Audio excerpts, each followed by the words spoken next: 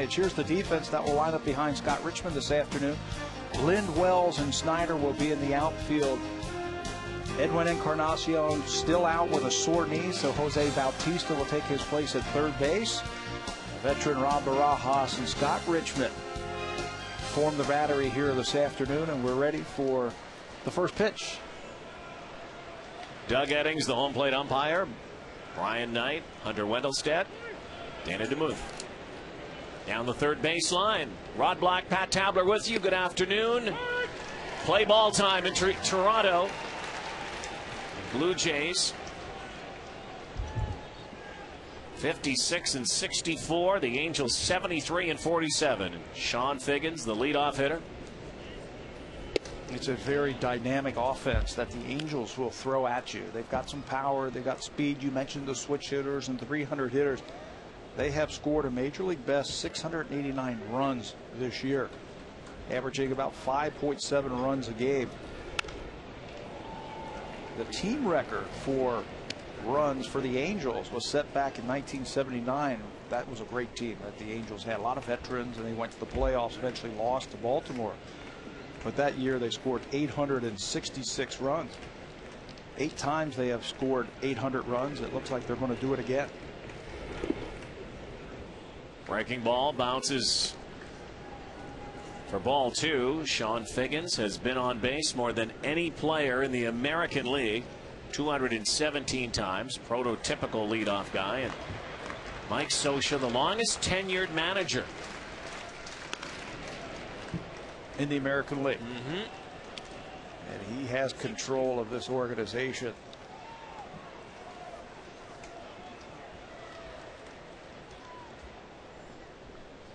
Again under the big top today. A crazy week for weather. Southern Ontario area. Down goes Figgins. Strike 3. In our scouting report, we said sliders and curveballs for Ks, for strikeouts. But Scott Richmond is going to go to the fastball out of the strike zone. You don't see a lot of that from Sean Figgins. But he strikes out on a high heater. Good start here for Scott Richmond.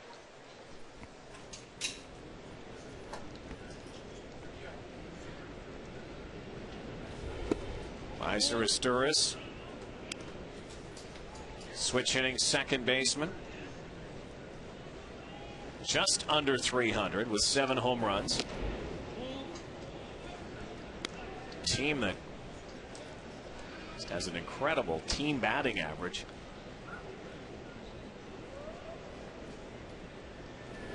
Unlike the Angels in 2002 that won the World Championship, and this team has been at top of its division for most of this decade. They had terrific pitching back in 2002. Yeah, those teams were built on pitching and defense, and not so much the good slugging and hitting and the ability to score runs. It worked for him. And Mike Scioscia has said he's a Dodger guy. And those Dodger players that come out and manage, they are schooled in pitching and defense, but the offensive end this year has really stepped up. Look where they rank in the American League. A lot of 1s and 2s. Average runs, hits, runners in scoring position. You see the stolen bases. They're also second in on base percentage. Fly ball, tracking it. Vernon Wells under it.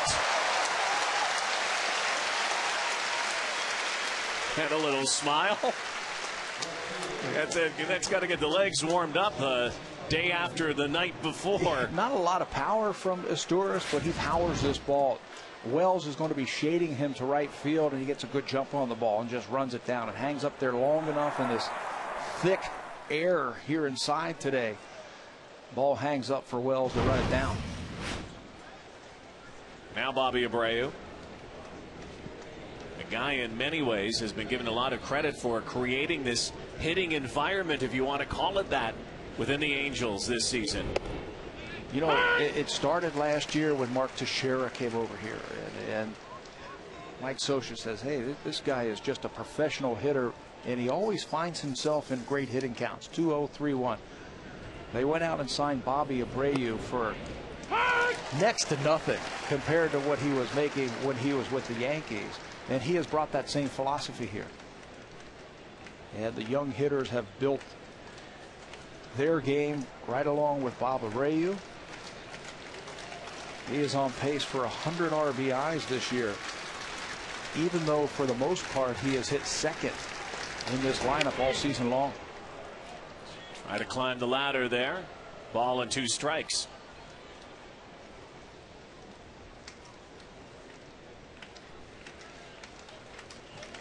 Two-time All-Star, Gold Glover, Silver Slugger, Bobby Abreu. The 1-2 pitch.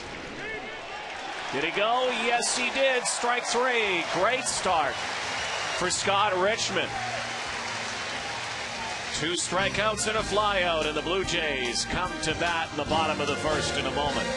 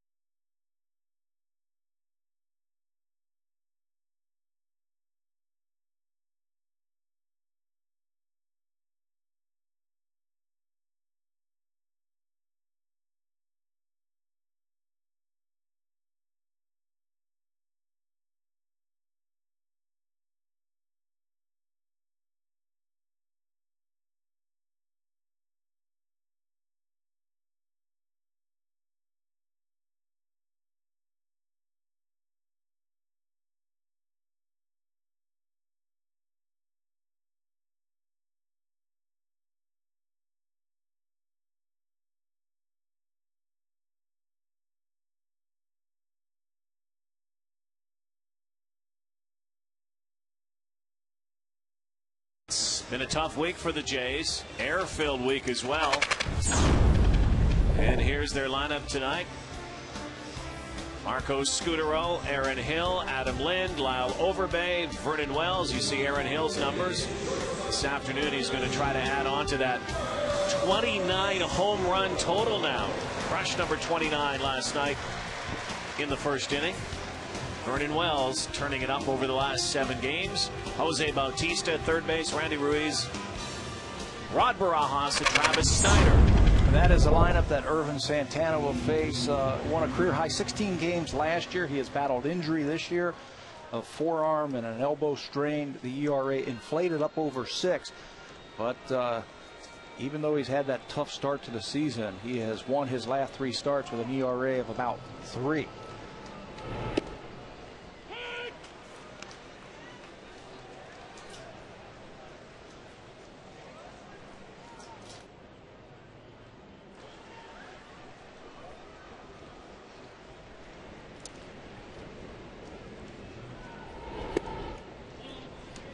Couple of more walks last night for Marco Scutaro to up his walk total. Great on base percentage. We talked about Sean Figgins' on base percentage, which is excellent, over 400. Marco Scutaro is right there though at 388, and he must like the daytime because he's got one of the best batting averages during the day at 337.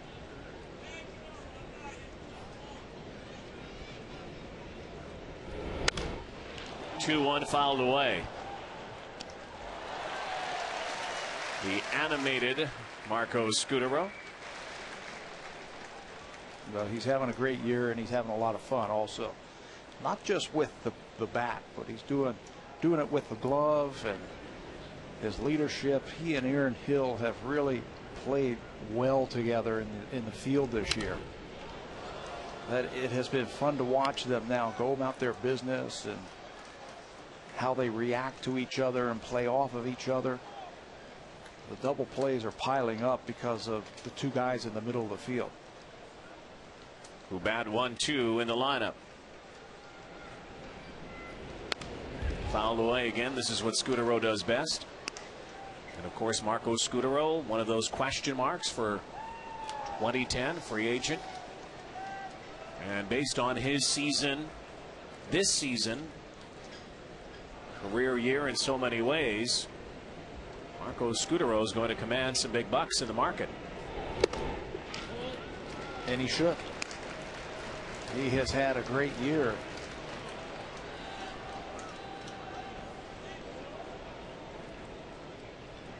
Teams come in here and they ask me about Scutaro, you know, why has he been so good? As he gets another leadoff walk, one of the reasons why right there. Marco Scutaro hustling down to first base. Here's the scouting report for Ervin Santana. Fastball not as hard. Last year when he won all those games it was 95, 96. This year it's still very good at 93, 94. The key for him, you have got to get ahead, because if you are getting ahead, then you can start commanding that breaking ball just a little bit more. The changeup and the slider, which have been very good for him in his last few starts. But he needs to command and get ahead.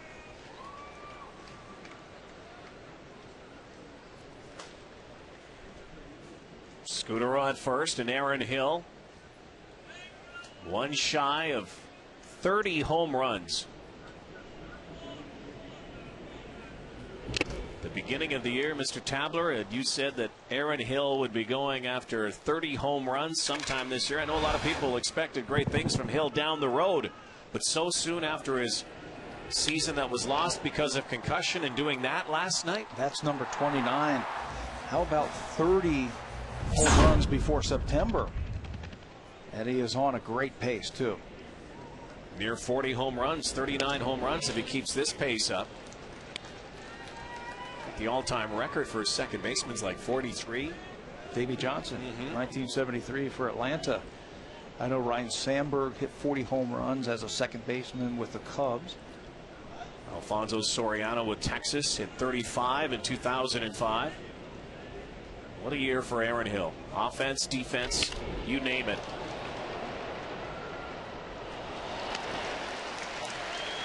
It kind of makes you wonder, you know, Blue Jays' priority might be to sign a Marco Scutaro just so that you also don't mess up that chemistry in the middle of your infield. Yeah, because it's been so good. You know, who knows what the offseason is going to hold when it comes down to free agents, but shortstop is such a big position.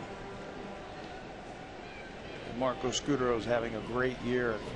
You know that will be a high priority in the offseason.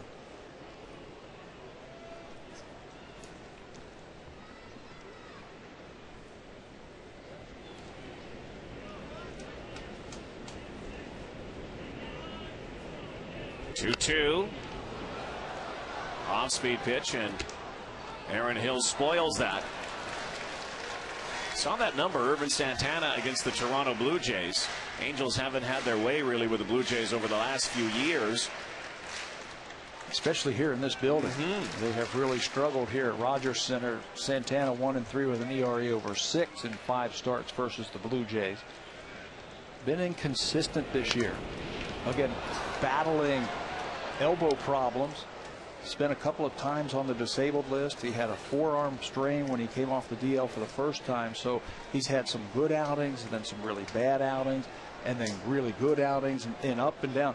His last one against Baltimore, he ended up winning that game through 6 innings. Pick up his 6th win of the season, but he also had 4 walks and 5 strikeouts in that game against the Orioles. Ball inside, 3 balls, 2 strikes. Already 15 pitches, 2 batters into the game. This is how his last game went. He was very inconsistent in commanding the strike zone and his breaking ball. Mathis, the catcher, has been his catcher all season long. He has really helped him through some tough times. Another foul ball here. Well, it looks like he is starting to round into form. You see the first 8, 1-5 with an ERA of about 8. That is where he came back. He had a good start, got hurt again, went back on the DL, and was not the guy that they had last year. Now his last 7, it's been a lot better. Still throwing too many pitches in the game, still walking too many batters. Ground ball handled nicely by Figgins, and the double play is turned. Just like that. They are very quick on that infield. On the left side especially. 1 error in their last 77 innings for the Los Angeles Angels. And here's how they'll line up: some speed in the outfield and some good throwing arms. And Rivera, Matthews, and Abreu on the infield. The left side is very good. Ibar and Figgins. You see Maicer Asturis with a nice turn in the middle of the field. And Jeff Mathis will catch Ervin Santana. Adam Lind. They're all about the same type of players. Yeah. Sean Figgins can play short and second. Interchangeable. And they all look the same. They're small. They've got quick feet. They've got good hands, good accurate arms. Switch hitters, speed. We're talking about Asturis, Ibar, and Figgins, and they were wonderful on that turn right there.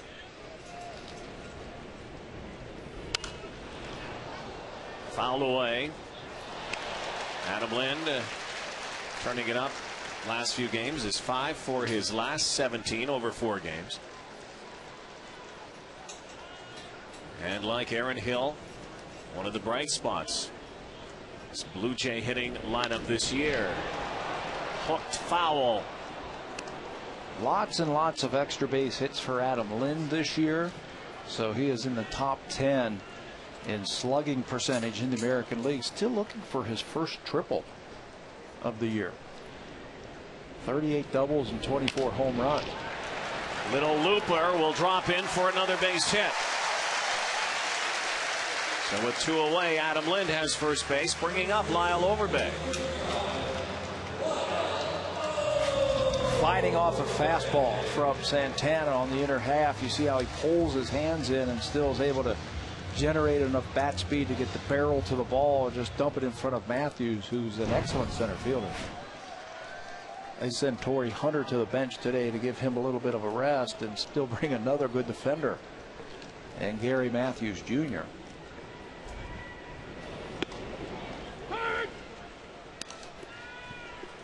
Hunter, a perennial Gold Glover, played last night. He's been bothered by a strained adductor muscle. Overbay's numbers.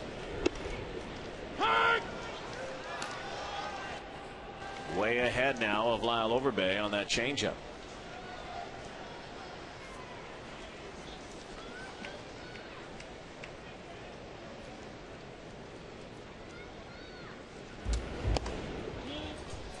That's where he can't mess around. We're talking about Santana. There's Torrey Hunter with the day off. He's thrown enough pitches this inning that you can't be sitting anybody up now. You jump ahead 0-2. Go ahead and go right after him. Ooh, try to get that.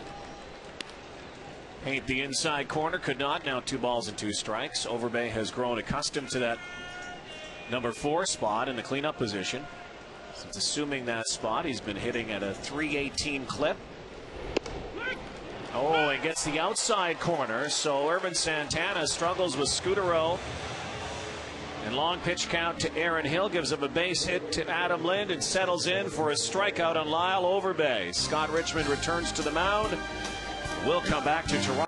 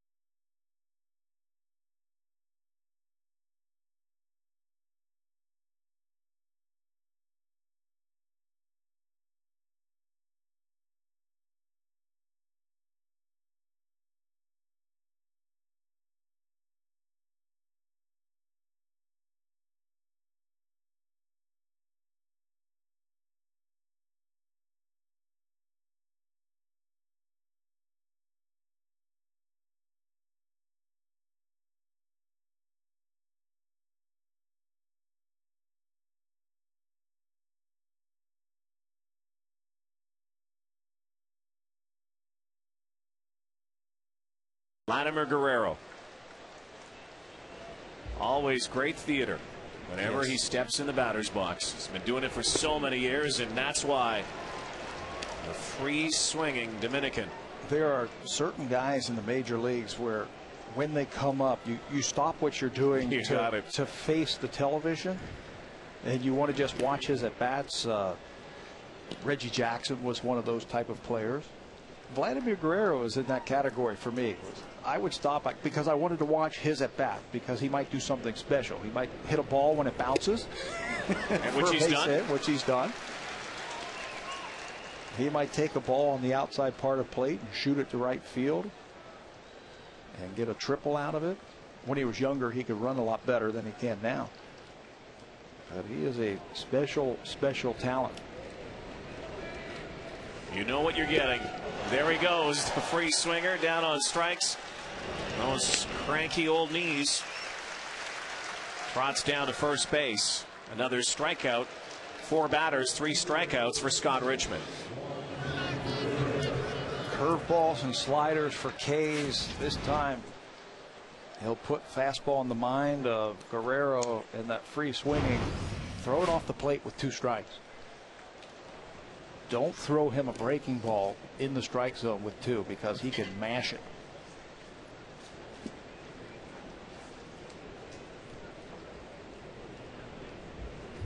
Juan Rivera, one of those Angels, hitting over 300. It has been contagious on this team. Yeah, it doesn't matter if you're a bench player, if you're an everyday player, infielder, outfielder, it doesn't matter. Good approaches, good ideas, a good plan when you get in there. And the Angels have been hot. This is a guy traditionally who gets hotter in the second half of the season. We saw the Angels tabby earlier in the year, remember, and you know, a lot of people kind of projected this might be an off year for the Angels based on who they lost, based on who they had, some of the pitching woes that existed early in the season. Remember, they were 29-29 back on June 11th. Since that time, 44-18. You see the numbers over the last few weeks, and another K for Scott Richmond. Well, when you've got a team that can hit, and you've never faced him before, Scott Richmond, this is the first time that he has faced the Angels.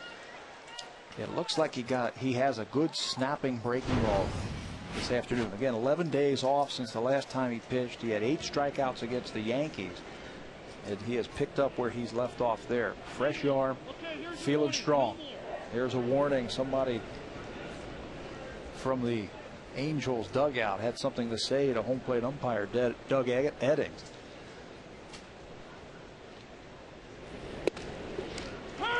Kendry Morales, Mike Sosha up off the bench. I would imagine that he might have been the culprit.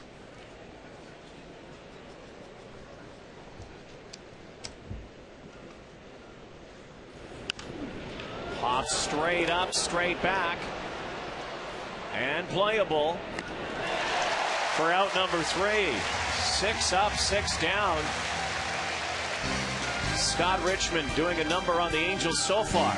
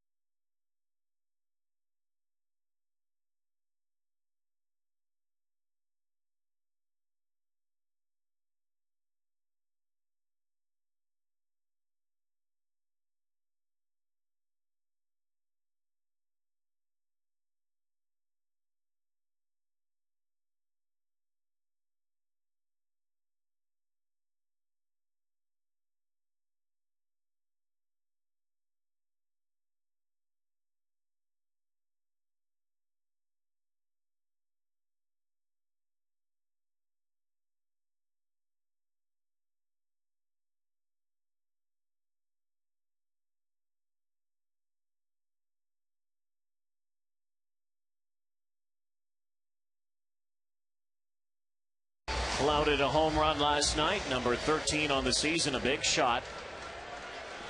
Leads off here in the bottom half of the second inning. Scoreless so far.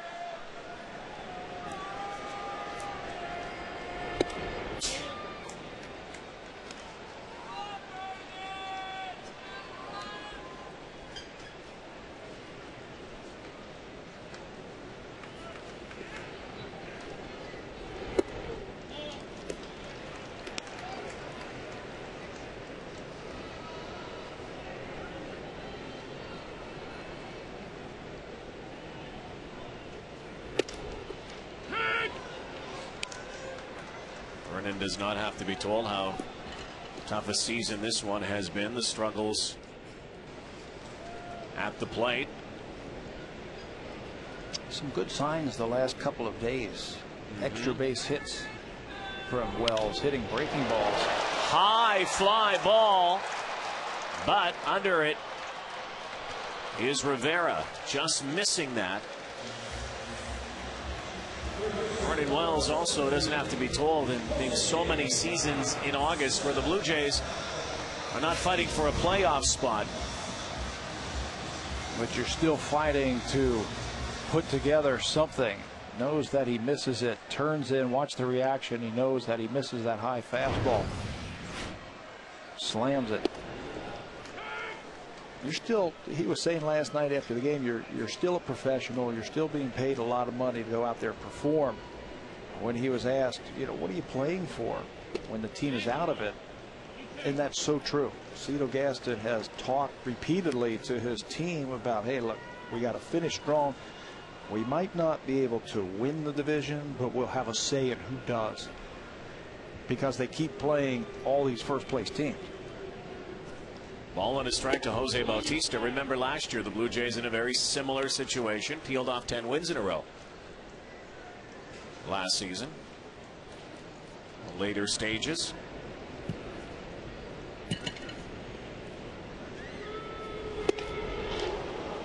What I suppose irks some Blue Jay fans is the fact that this team really teased its faithful in the first 2 months of the season.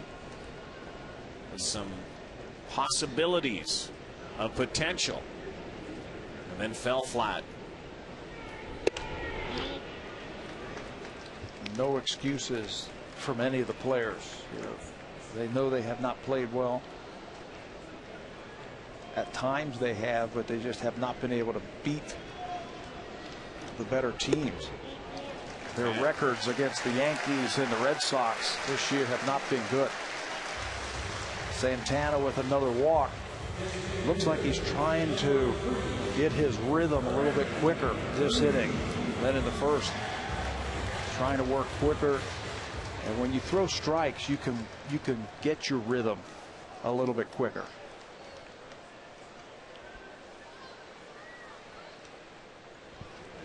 Randy Ruiz.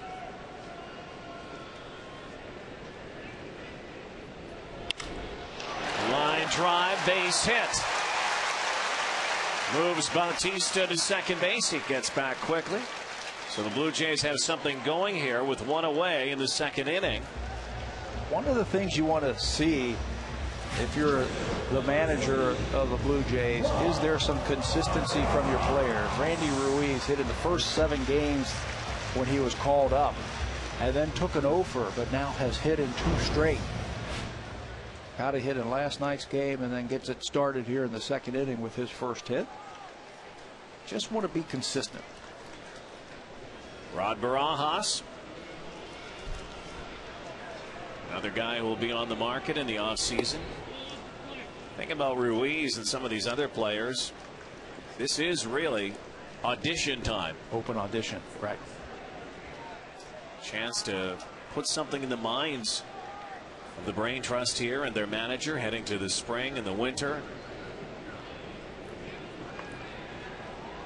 Leave that lasting impression, Blackie, for your front office when they go to meetings starting next month in September.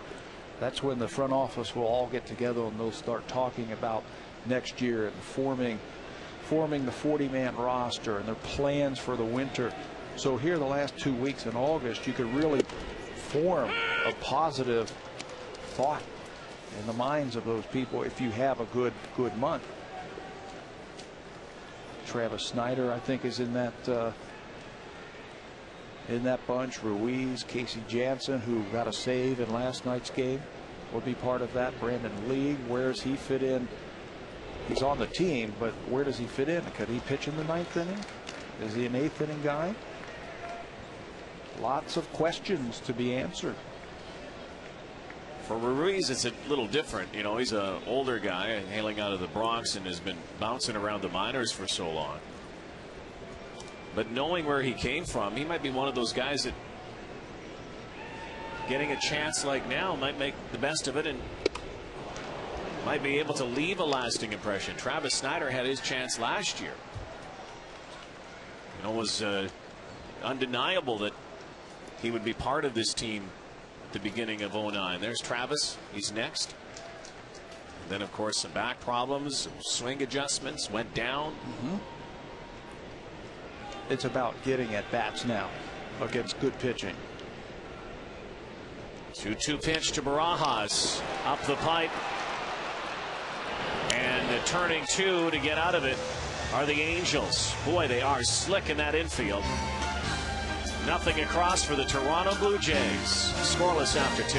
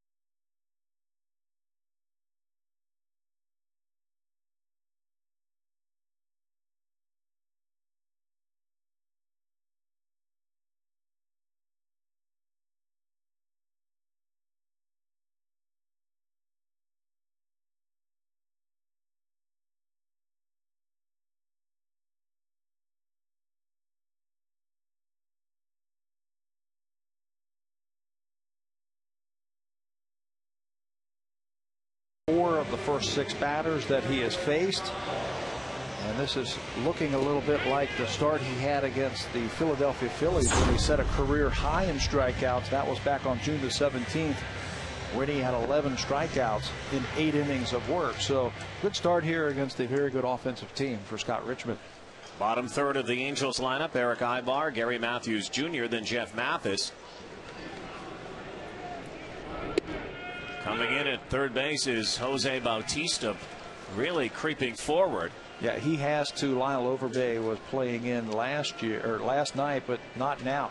Ibar leads this team in bunt hits with 17 bunt hits. So they take it away on the left side. They'll give it to him on the right side. And he tries to drag it and bring it with him. You can't teach speed. And it doesn't go into slumps unless you get hurt. But that's another thing. You know, you'll have speed every day to create runs. There's the right side. If he tries to drag it and bring it with him, just get it by the pitcher, Scott Richmond. Not going to do it now, obviously, with 2 outs, but something, or 2 strikes. He put that in his brain and think about it for later in the game.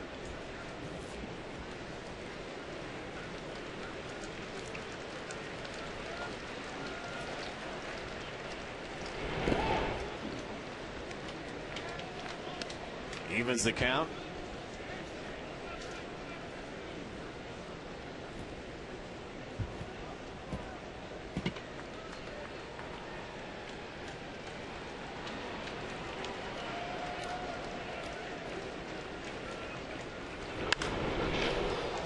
Driven down the line. It's fair.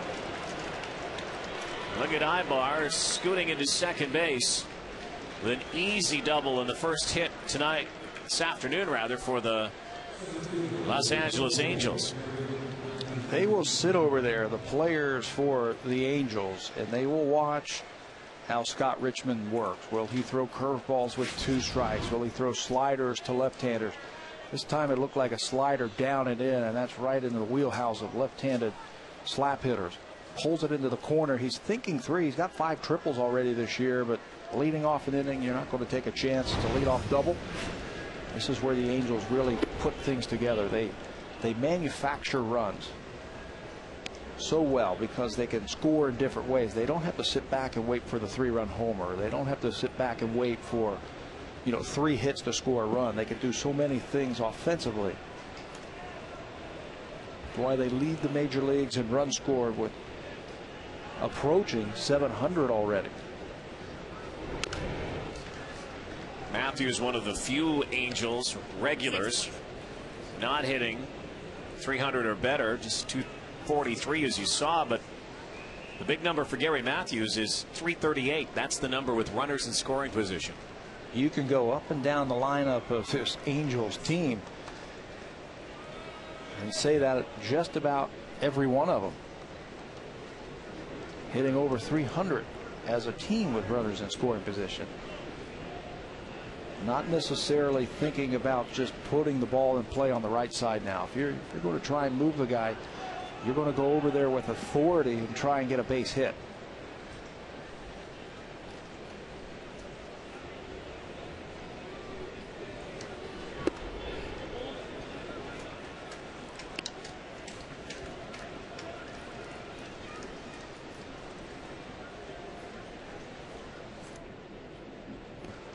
Marcos Scudero trying to keep Ibar close by. Paying very close attention to Ibar. I don't think he'll try and steal third base with nobody out and a left-handed batter up there. He does have 12 stolen bases. He's been thrown out 5 times this year.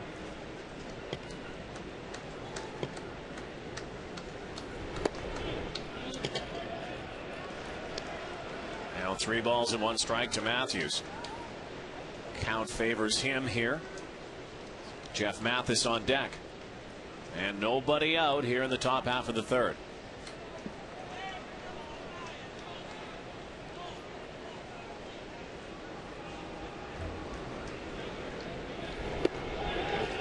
Walks him. Brings up the number 9 hitter. And Jose Bautista is going to come over as well to talk with Scott Richmond. You were just talking about this team hitting with runners in scoring position, and they have a whole slew of them in the top 10 in the American League. Abreu is second. Look at that. Just under 400. He was 400 going into last night's game and made it out. Figgins is 4th, Matthews 8th, and Rivera 10th. Their team numbers number 1 at 309. So first and second, nobody out. A bunt situation for Mathis. He does have 7 sacrifice bunts this year, and the corners are expecting him to lay it down. Overbay comes forward. It's popped right up to Richmond for out number 1. You know what you could have done right there is let that ball let it go. Bounce. Yeah. And even if you get just 1 out on the bases, you take out one of those speedsters off the bases and you make Mathis go to first base. So if he lets that bounce and maybe gets the force at third, you take Ibar's speed off the bases and replace it with Mathis. But get it out. You know, we've seen this play in the last time. Here's the pop-up again. And get an out in a week where the Blue Jays have really struggled, especially their pitchers with the baseball. Pitchers in bunt situations. And I was talking with Brian Butterfield the other day about that. He says we work more than anybody in baseball in spring training on bunt defense. And that's one of the things that they have messed up this week. So Richmond gets the out. Still some speed on the bases now. So be careful. Speed on the bases and at the plate here. Sean Figgins struck out. But you know what Scott Richmond does? He does a very good job at holding runners. You know, he doesn't have that high deliberate leg kick home. He varies his looks to the bases. He's quick. He's got that small leg kick, and I don't want to call it a slide step because he has a little bit of a leg lift. He'll hold, he'll look, he'll change. So he has done a good job holding runners on.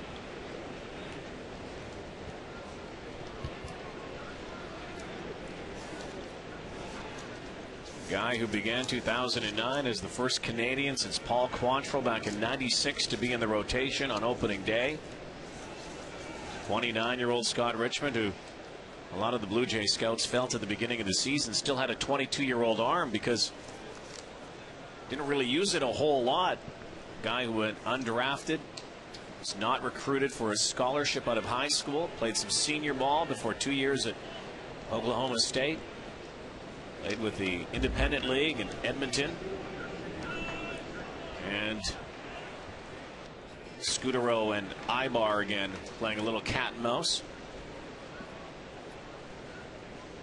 You really rely on that base coach to help you with that shortstop when he sneaks in behind you like that. Your focus as a runner is on that pitcher. If he decides to try and pick you off, spin and throw, or one of those inside moves, that third base coach has got to tell you where that shortstop is. Ibar trying to get the attention of the base runner Matthews, so something could be up. Hitter's count here for Figgins. Here's the inside move.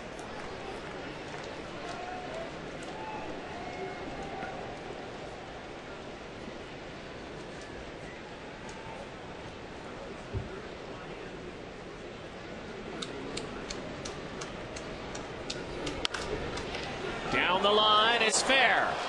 Ibar will score easily. Matthews will go to third, and Figgins has a double.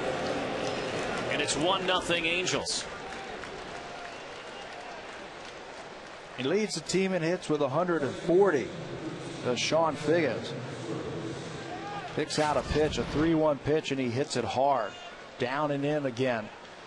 Matthews has to hold up the runner at first base, thinking that Overbay was going to be able to catch it. And Figgins was running right up his back. So he can only make it to third. 23 doubles for Figgins. And the Angels jump ahead 1-0. Number 2 hitter, Meiser is Sturris. Had a fly out back in the first inning after the Figgins strikeout, but Figgins puts the Angels on the board here in the third.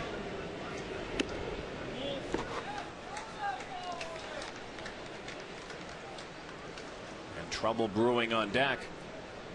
Bobby Abreu's next.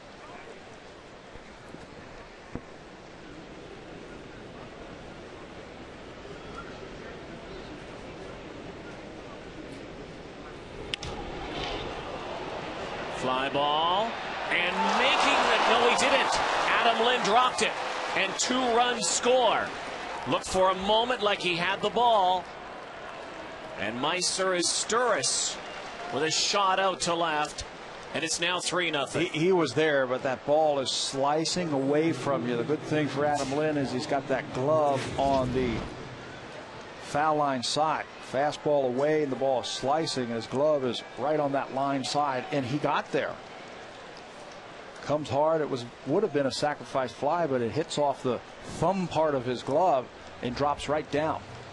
Figgins, the runner at second base, goes about halfway. He's got to make sure that that ball is caught or drops, and he scores easily. Adam Lind, you know, if you talk to him, he's saying, you know, I should have had that ball. Yeah. Cito Gaston, just one of those regroup sessions right now. Guys, let's just get out of this inning here. Well, it's so good the first couple of innings. To we were talking about when this inning started, the Angels sit over there in that dugout, and they will watch, and they will try and pick up tendencies. As you take another look at Lind, he was there, it just didn't go in his glove. It hit off his thumb part. So it'll be a double for Estouris, a couple of RBIs. But they'll sit over there and they'll watch tendencies, and they will then make adjustments. This inning they have made adjustments. Rex Hudler was telling me yesterday about a game against the Minnesota Twins when Nick Blackburn was perfect through 3 innings against the Angels, and then they made the adjustment in the 4th inning and knocked him around for a lot of runs.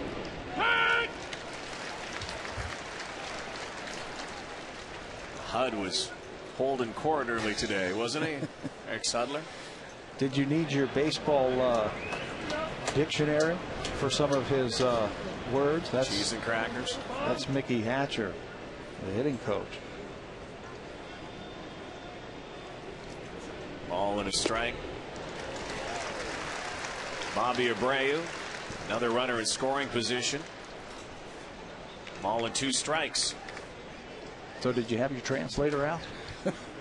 He did subtitles at a few moments. Hud is wound, isn't he? Yeah, a great guy. He really got wound up when you started talking about Montreal. Yeah, I was in Montreal last night looking at the place where he used to play at Olympic Stadium. Still think it's kind of sad that there's no baseball in Montreal anymore. Now to Bautista, checks Asturis, gets the out at first base. Jose Bautista will get a chance to play more third base the remaining weeks of the season. Yeah, Cito Gaston said that Edwin Encarnacion is still nursing that sore left knee. He hurt it the other day in warm-ups. He was just warming up and he felt something pop in his knee. So Bautista will get some playing time for a while here at third. Here's Vladdy. Vladimir Guerrero. Speaking of the Expos, huge numbers in Montreal. He was one of those icons in Montreal. Left for the Angels back in '03.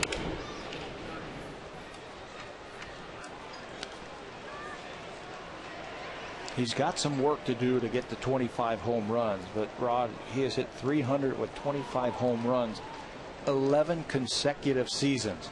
There's the Hud. Hud is on the left, Steve Physiok on the right. Play-by-play guy. Hud loves the game. Loves the game of baseball. Loves to talk baseball. Yes. Loves to talk. He is in the perfect job, isn't he? Priceless. He could throw every baseball term at you, probably in a span of 3 minutes. One dissertation. Vladdy the other way down the line. It slices. You know, being in Montreal the last couple of days really gave me a chance to reminisce a little bit about a team that, you know, you grow up in Canada in a certain age group before the Blue Jays. That was the team, and they had so many great teams in Montreal, and Vladimir Guerrero was part of a couple of those teams. All in 2 strikes, he goes down on strikes for the 2nd time this afternoon, but damage done. 3 doubles in the 3rd inning by the Angels, 3 runs on the board.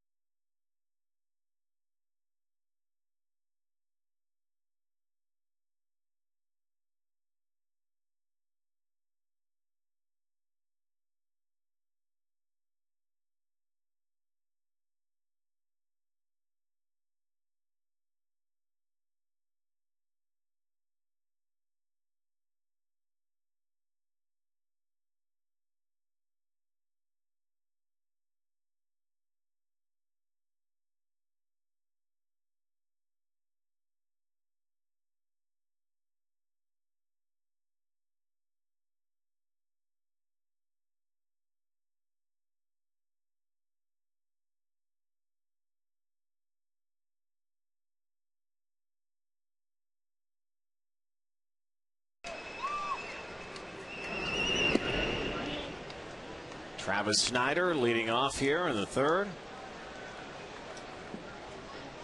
And Aaron Hill's 29 homers, the most by an AL middle infielder since Alfonso Soriano.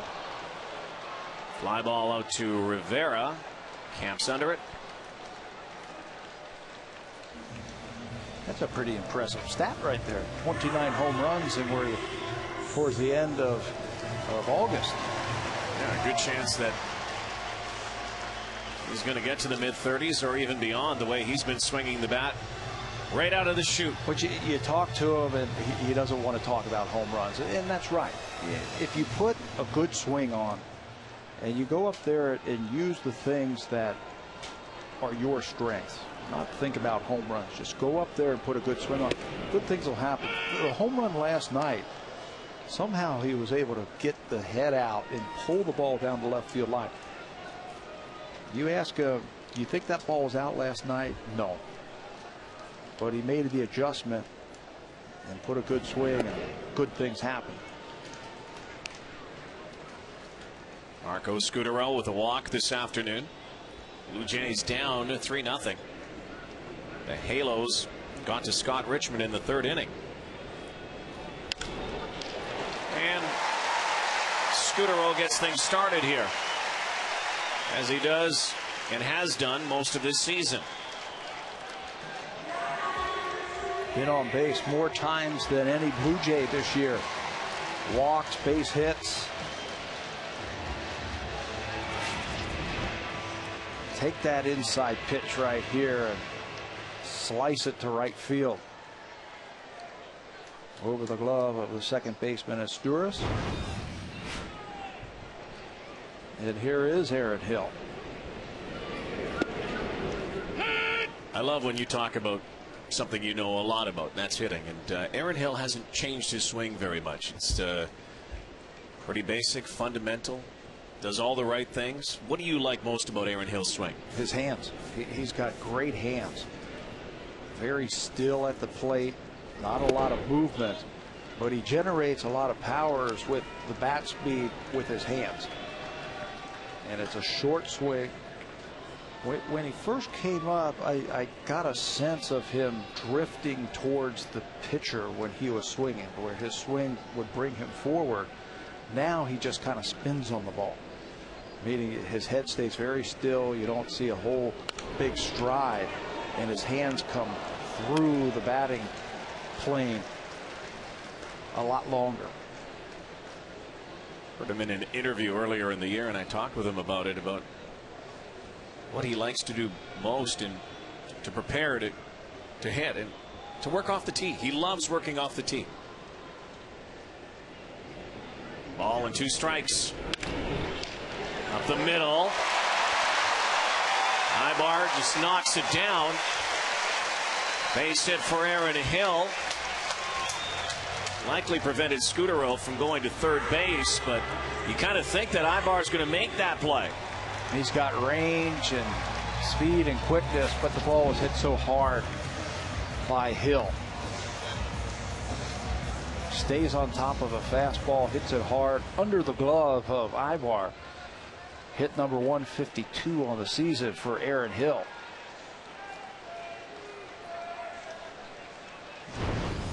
So 2 on here, runner in scoring position for Adam Lind. 1 for 1. Base hit back in the first inning. Look at those numbers tally against the Angels this season. Time to change the scouting report if you're the Angels, how to pitch them. I'm going to imagine Santana's going to throw more off-speed pitches here to Adam Lind with runners on. You know, we just talked about Aaron Hill and his swing. I guess the same could be said about Adam Lind, only from the left side of the plate. Again, very similar approaches. Yeah, Cito Gaston has shown great confidence in Lind. He has taken his advice, and he has made himself into a great hitter. No kidding. No kidding. Goodbye. Home run. Tie game.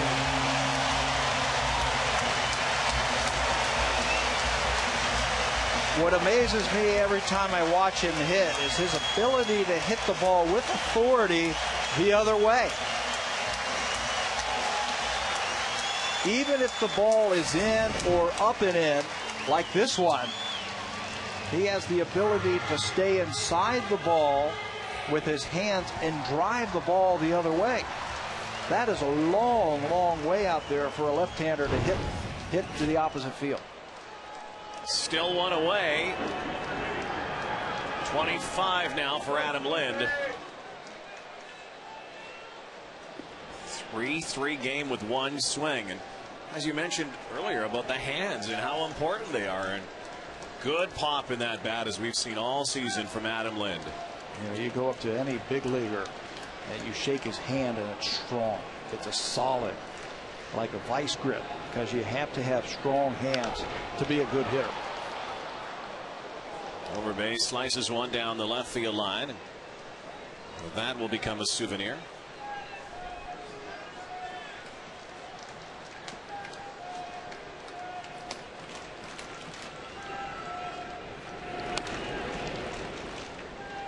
The Blue Jays used the long ball last night. Aaron Hill and Vernon Wells staking themselves to a 5-0 lead and had to hang on. A 5-4 win and a home run doing some damage this afternoon already. And what a good response to the troubles of Scott Richmond in the third inning. That might give him some confidence when he takes the hill in the fourth. The home run has been there all year long for the Blue Jays. 6th in the AL in home runs. They now, as a team, have hit 145 of them. Popped up and out of play. What kind of year is Adam Lind having? Yeah, his big league total heading into this year, 22. He is blown by that now with 25 this season alone. And that's been the pleasant thing for the Blue Jays this year. The arrival up the middle. Overbay keeps the rally going here.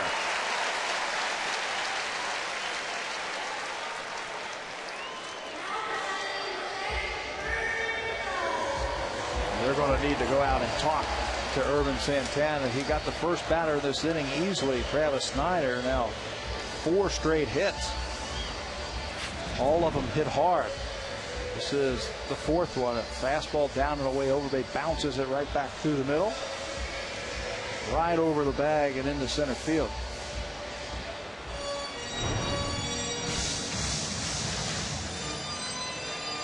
Ervin Santana does not have to be told about the power that Vernon Wells can unleash. Hang that curveball right there, right into the sweet spot for Vernon Wells, and he knew it. Blue Jays struggled last year to hit home runs. Vernon was their leader with 20. As a team, they hit 126 home runs. That's it. In 162 games, they now have 145 with about 40 games to go. Vernon with a little glare out at Santana after that high inside pitch.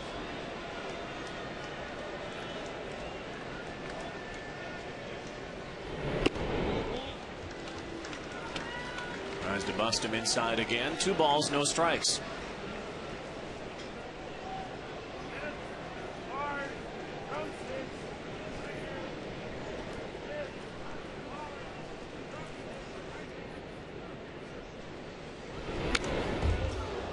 Home run cut right there from Vernon Wells.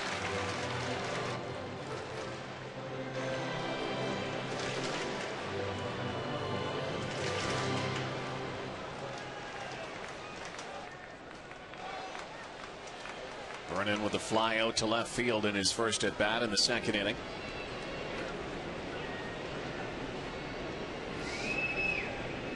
Two on pitch.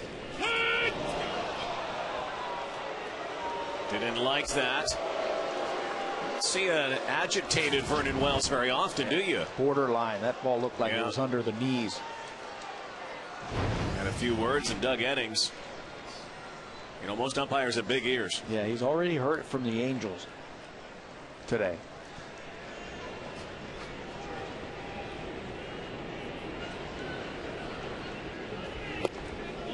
outside. They have the big ears, as they often hear things, but Ryan's questioning his eyesight. 3 balls, 2 strikes.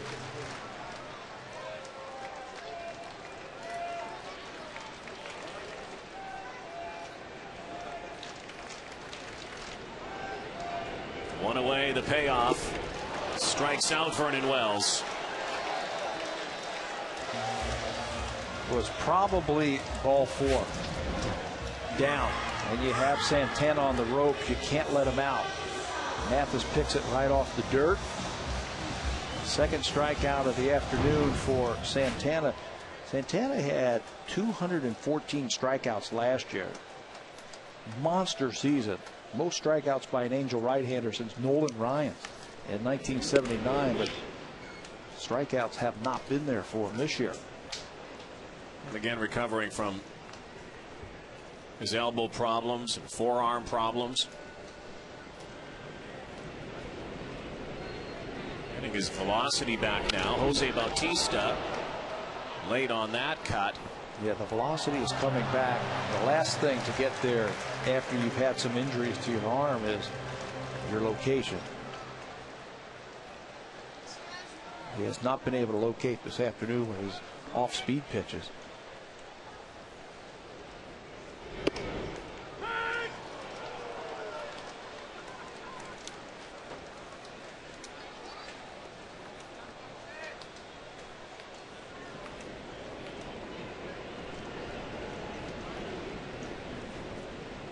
He's going for the hook here. Hopped it up and playable for Morales. That's the 3rd out, but one swing by Adam Lind the other way. 25 home runs now on the season. Folks, we've got a tie ball game. 3-3.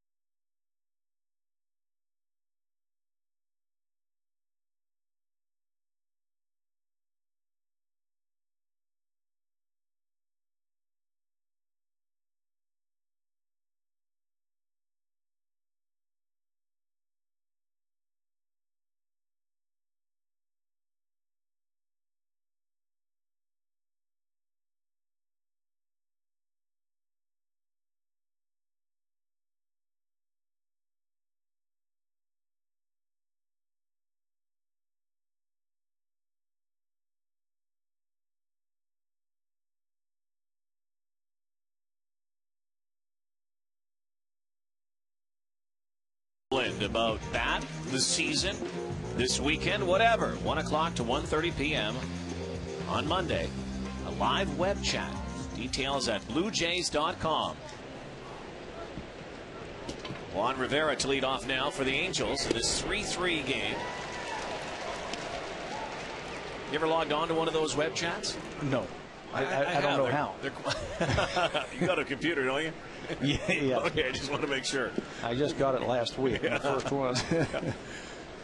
www. I'll get my kids to do it. My 10-year-olds can do it for me. I quite like them. Very interesting comments from the players sometimes when they don't have to talk about it sometimes. You know, they're so used to facing the microphone. Some of them aren't that comfortable in a microphone situation. Anyway, the web chat with Adam is on Monday. Log on. 0-2 to Rivera. Let's see how Scott Richmond now comes back after a shaky third inning and getting some support. Yeah. Mark Zebczynski was telling me today that the 4 runs that he got in the bottom of the first inning really settled him down. Shaky in the first inning. I believe he threw 21 pitches. But he was a different type of pitcher then when he came out in the second inning. He was aggressive. He was poised. He was in command. And he told me today, hey, those 4 runs really helped. Offense gets 3 for Scott Richmond in the bottom of the third. And comes out here and goes bam, bam, strike 1, strike 2. Now you got to finish him off.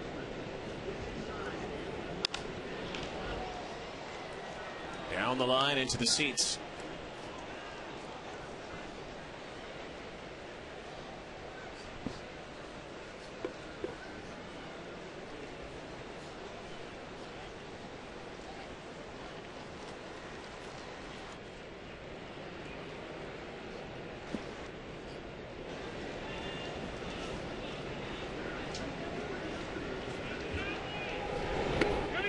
This time he's got him on strikes. 6th K of the afternoon. Second time that he's caught Rivera with a breaking ball. I like when he throws his slider after the curveball because it looks like a fastball and then just dives out. We've seen about 4 times now right-handed batters try to check their swing on that slider. He's got it working too. It sweeps. It's a strikeout. It's a strikeout pitch. And I asked him this week, I said, I had this argument with Al Leiter when we were in New York about your strikeout pitch, curveball or slider. And I knew he threw both. He says, I'll throw both of them and use them as strikeout pitches. Sliders to the back side of left-handed batters, right up to the, try to aim it and hit their shoe in the back so it sweeps underneath them. And curveballs to right-handers. Today he's using that slider to right-handers and getting some check swing strikeouts.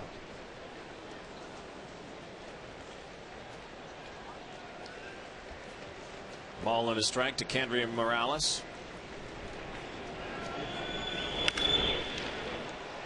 Right over to another first baseman. Lyle Overbay. 2 away. When you have your curveball working and you have your slider working, don't forget about your other pitches. Don't forget about placing a good fastball or using your changeup, because you don't want everything being the same speed like that, Blackie. You have to be able to throw the timing off of those hitters. So don't forget about that changeup.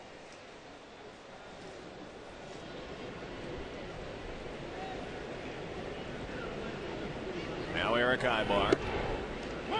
Started it all off in the third inning in many ways. The leadoff guy with the double and then scored later.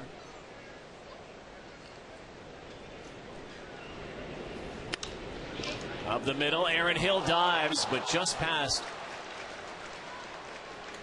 his outstretched glove. And like Ibar, you kind of expect Aaron Hill to make these plays, you know. He made a play. Great expectations. He made a play in last night's game that we were still talking about this morning. Just out of his reach right there. His left shoulder buckled under him a little bit right at the end there. Right there. Be careful of that. But that play he made in the 9th inning, spectacular. First and second, nobody out. Line drive, and he left his feet to get the first out. Gary Matthews Jr. Here was last night's highlight reel play from Aaron Hill. That is a reaction play. You just have to have good instincts, reactions, good hand-eye coordination to take hits away.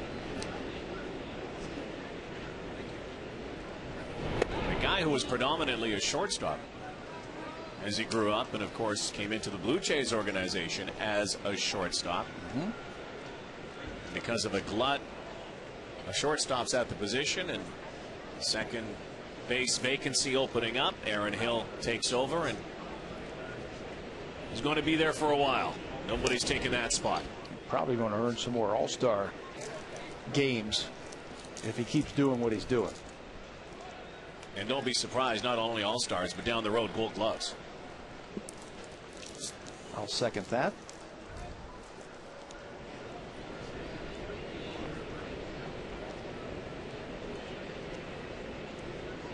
2-0, 2 away, and trying to go downstairs to the son of Sarge, Gary Matthews Jr. 3-0. He walked Matthews Jr. back in the third inning, and that 3-run third for the Angels. Trying to keep the ball out of the wheelhouse here. Jeff Mathis, the catcher, the number 9 hitter's next. Don't want to put a runner in scoring position, however. That one down Main Street. They will probably give Ibar now the green light. 3-1. Go ahead and go. Try to get some holes opened up on the infield. Maybe you could score on an extra base hit. 3-1, 3-2. Good running teams like to run here. Matthews has the option to swing or let it go.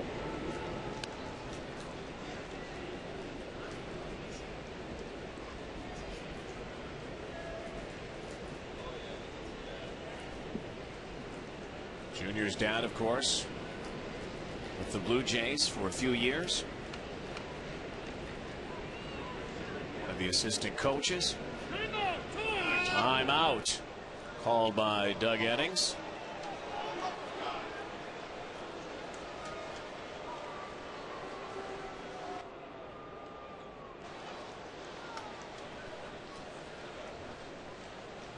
Told you how Scott Richmond likes to hold the ball and various throws over to first base.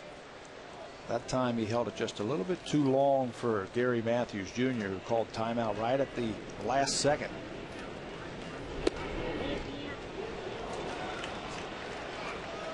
And he walks him. And we'll pitch to Mathis. Let's take a look at this timeout. You see him call timeout right at the last second. If the pitcher starts his movement towards the home plate, the umpire can't give it to him.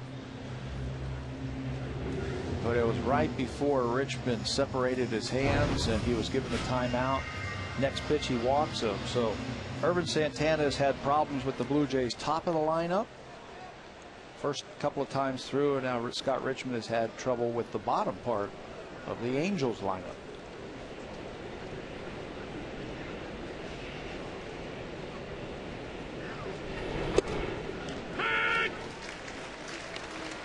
Mathis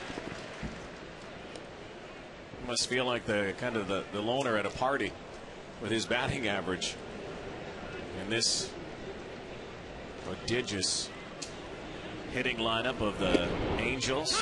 300 hitters, and it's barely over 200 is Mathis. So Richmond not fooling around, coming right at him. And 0-2 might get him to chase here. He's used that breaking ball with a lot of success so far. There it is. There it is. No damage done. 2 left on. 1 hit from the Angels. It's still 3-3. Bottom of the 4th straight up.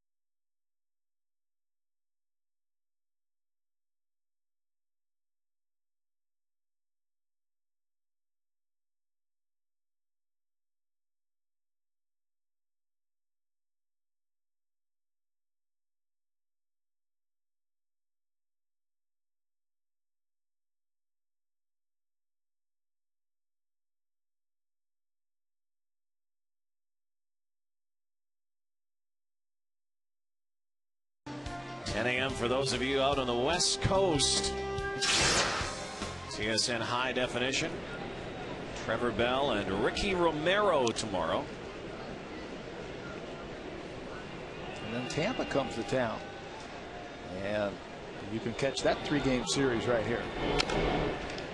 Randy Ruiz, who had a base hit in the second inning.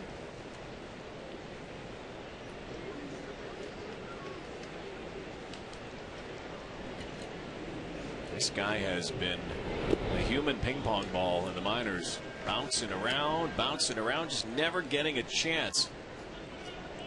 But he's done things in the minor leagues. Oh, yeah. He's won some batting titles. He set some records in the minor leagues, but just really hasn't had a full chance.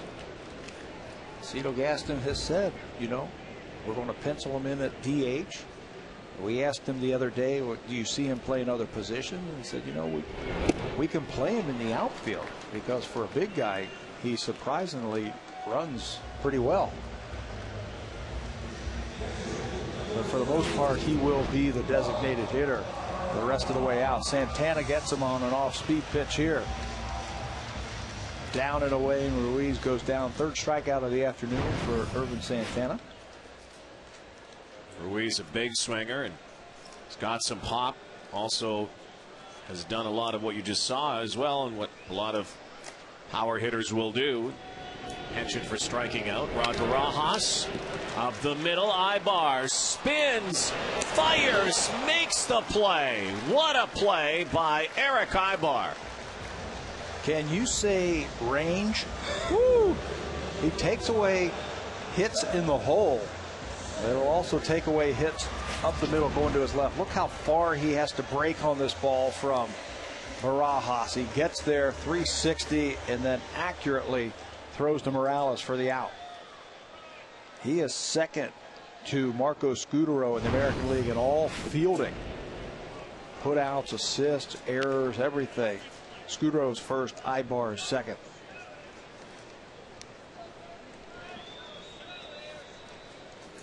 Travis Snyder now.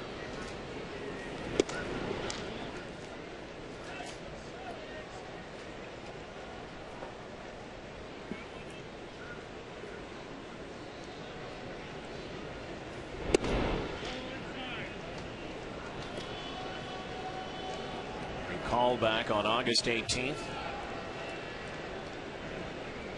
from AAA Las Vegas. Left the Blue Jays back in May 20th. What a return. His first at bat, hit a rocket off of Josh Beckett against the Red Sox. 3-1. This will go to the gap. Cut off there by center fielder Gary Matthews. Good pitch to hit. He got himself into a good fastball hitting count and got something he could handle. In a few years, that ball is going to be over the fence. When he gets a little bit older, a little bit stronger, knows the league just a little bit more, when pitchers throw 3-run pitches like that to Snyder, he's going to lose them. That time it's just a single.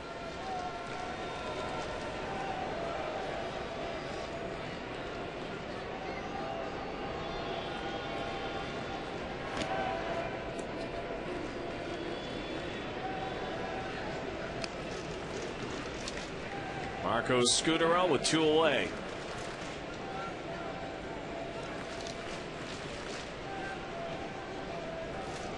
Been on base twice today and scored a run when Adam Lind hit Irvin Santana deep.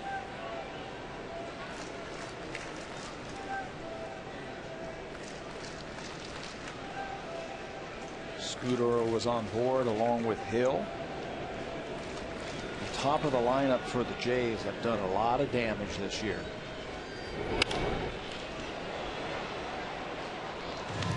Scudero's got such a quick bat, doesn't he?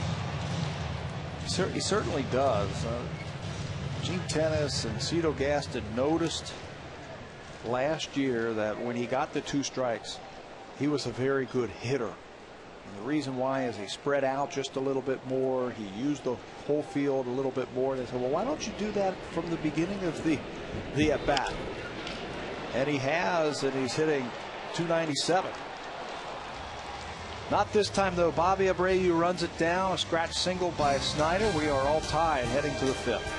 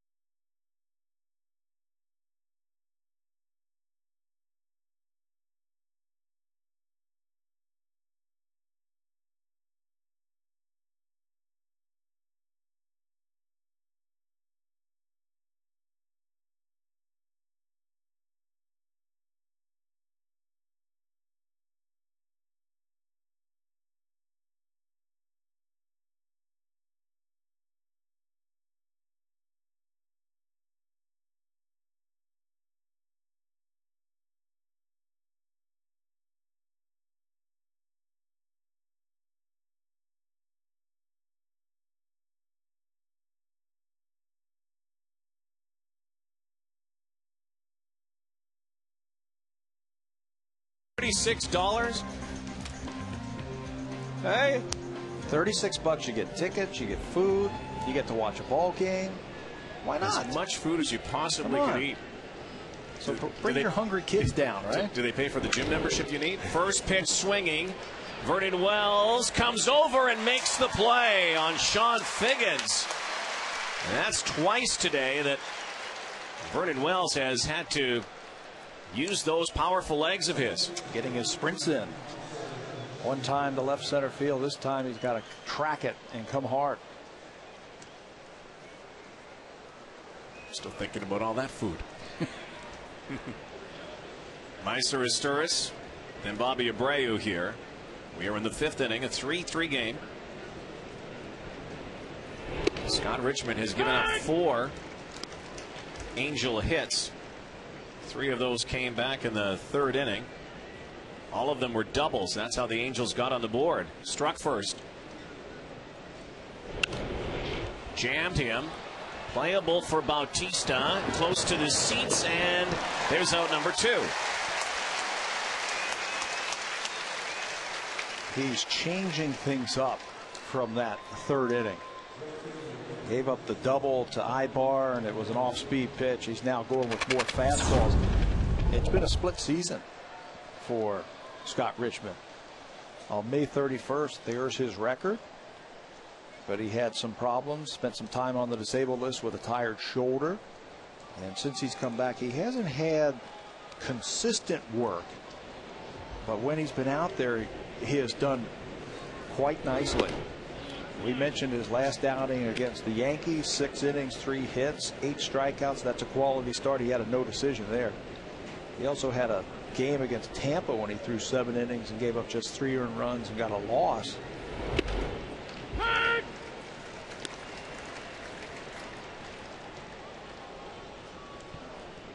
Not too bad. Not too shabby for a guy who, between stints as a pitcher, worked on the docks in Vancouver. Bobby Abreu fouls it away. In between starts this year, they've put him in the pen. When they had to skip him over, that's what happens sometimes when you're the 5th starter.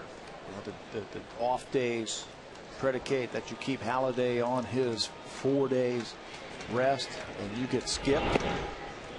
So what's impressive with Richmond today is it's been 11 games or 11 days since he has started.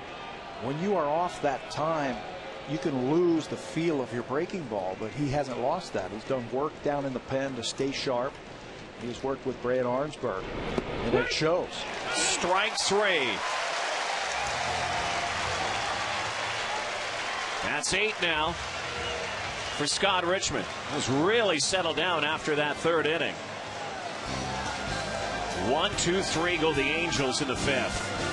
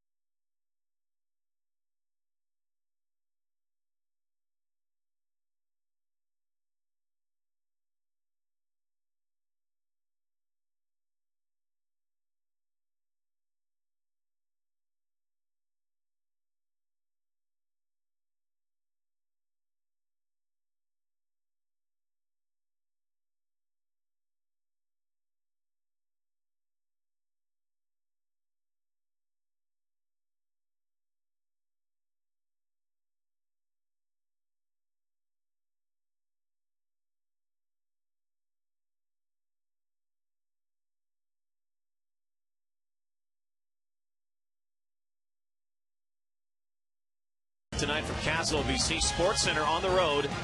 10 winning Canadian cities, 10 days. Dutchie and Jen.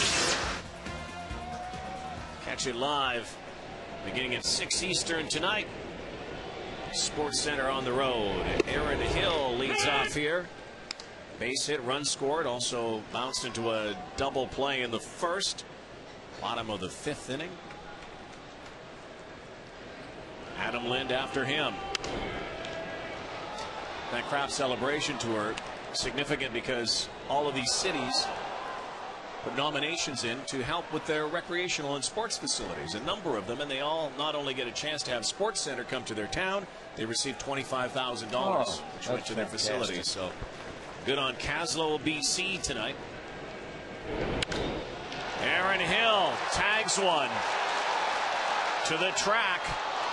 Matthews tracks it down. Oh, so close. Irvin Santana made an 0-2 mistake to Aaron Hill and got away with it. Probably the biggest part of the ballpark, trying to hit a home run out there. Breaking ball right there for Hill. If he could have got the head out a little bit more and pulled that ball down the line, he would have had number 30, but Matthews runs it down for the first out. Now Adam Lind torched his 25th home run back in the 3rd inning.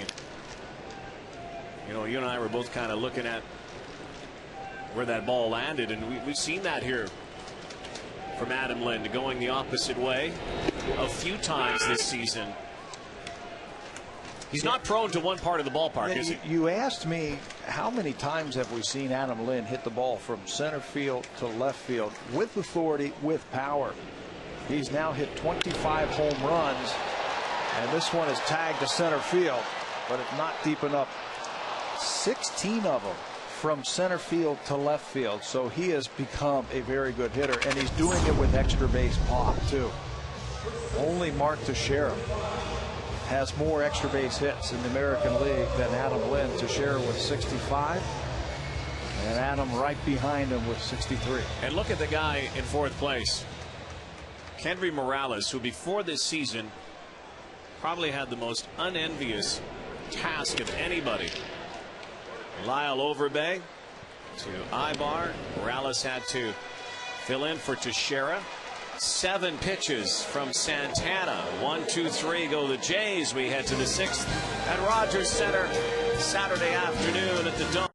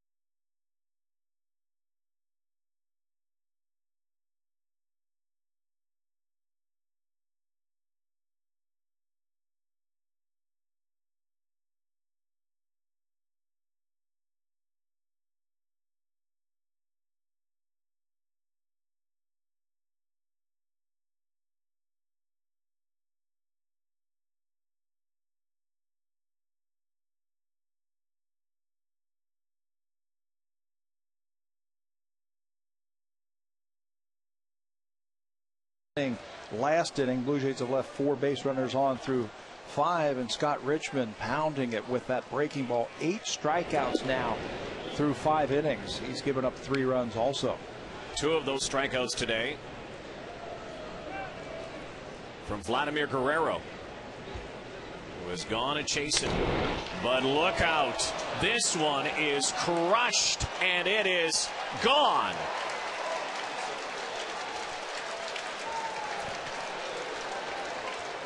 Don't mess with Big Vladdy in that wheelhouse. Big Daddy Vladdy in one of those home run streaks right now. Scott Richmond got him with breaking balls off the plate and got him to chase it. And what did we say the last time? Don't throw a breaking ball in the strike zone. He misses, and Guerrero with a long one, and he knows it. He's done that a few times. 400 and change. 403 times now. 4-3 Angels. Vladimir Guerrero. Boy, he has assembled some Hall of Fame like numbers in his career already, and right into the glove of Aaron Hill goes Rivera. Yeah, Guerrero, we were talking earlier, 11 consecutive seasons of a 300 average and 25 home runs. Now, he's probably not going to get that. That was just home run number 11. But 11 straight seasons, only he and Lou Gehrig, the only major league players who can say that. 25 and 300 for 11 straight. How about this club, though? 400 home run club and at least a 320 average during your career. Jimmy Fox, Lou Gehrig, Ted Williams, Stan Musial, Babe Ruth, and Vladimir Guerrero.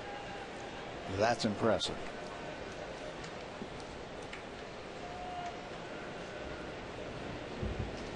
All Hall of Famers. And he will be the next one.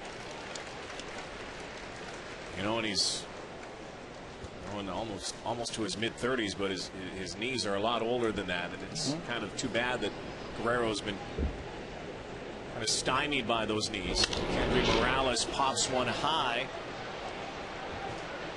Brennan Wells will call for it. Talked about Morales earlier and the unenviable task of having to be that guy who had to fill in for Mark Teixeira. The Angels thought they'd get Teixeira back, and then he signed, of course, with the Yankees, a huge contract. But look at the numbers Morales has put up this year.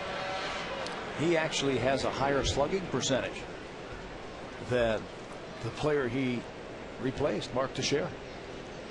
And he's doing it from both sides of the plate like Teixeira.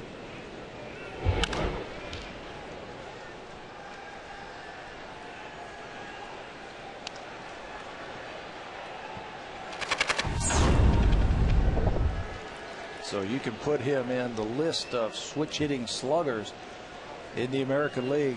The most home runs, Teixeira, and Morales, and then Ben Zobrist with a big year with 22. I remember watching Kendry Morales in Winnipeg at the Pan Am Games back in 1999 as a pitcher for Cuba. And then, of course, he defected from his native homeland years later. 0-2, strike three, but getting away from Barajas. But confirmation right there. Speedy Ibar is out, but one bad pitch. Hung one to Guerrero, and big Vladdy Daddy makes him pay. It's 4-3 Los Angeles.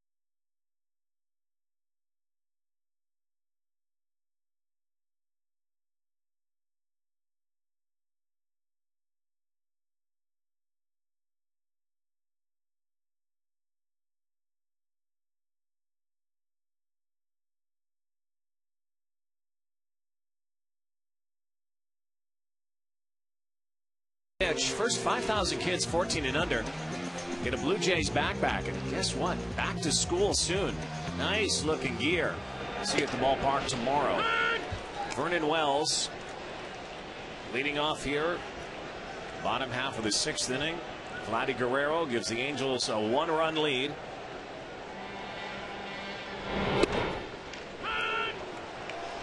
Two strikes to Wells now.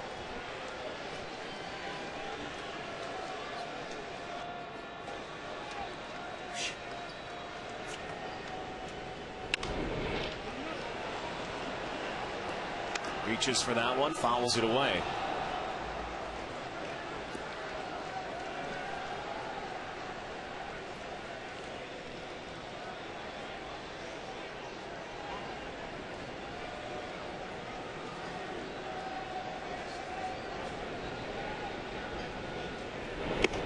Tries to get him to chase. No other games in the afternoon until 4 o'clock Eastern. Yankees in Boston again. How about that score last night? Football game. 11 runs for the Red Sox. 11 runs, and you lose. And you lose by 9. 23 hits for the Yankees.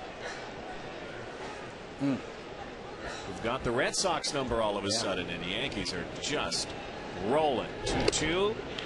So from 0-2 to a full count. Yankees extending that lead. Best record in baseball. Really, since Alex Rodriguez has come back to that lineup, they have been tearing it up. Yeah, what a punch in the middle of that lineup with Teixeira and A-Rod. And he loses it. Vernon Wells 0-2 to a walk, and so the leadoff guy here in the sixth inning is on, brings up Jose Bautista. Yeah, 0-2, and then tried pumping fastballs and just couldn't place it where he wanted to. You can see he is visibly upset with himself. that he wasn't able to finish off Vernon Wells. Didn't want to make a mistake. I got a feeling with an off-speed pitch, but could not control his fastball, and it's a leadoff walk. Bautista walked earlier. Also popped out. Randy Ruiz is on deck. No one out.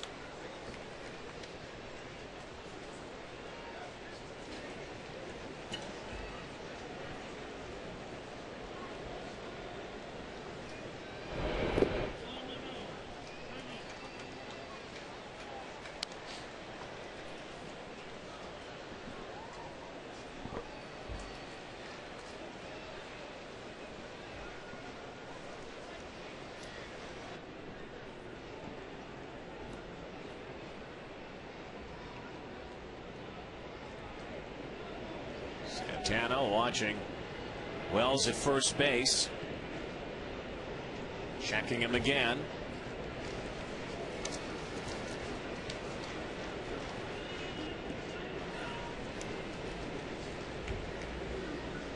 Santana just has not been sharp today, but he is in position right now, pitching into the 6th inning to win this game.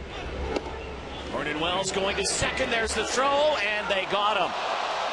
One hopper down to Asturis, and a good peg by Mathis. Yeah, and that'll help Santana. He walks the leadoff batter, but Mathis helps out his teammate by wiping him out at second base. Looked like he went on first movement. Mathis's throw actually went in the dirt, dug out by Asturis, and he lays the tag on. Quickly, they get Wells at second base for the first out. One pitch later. Wild one. 3 balls and a strike, 1 away to Bautista.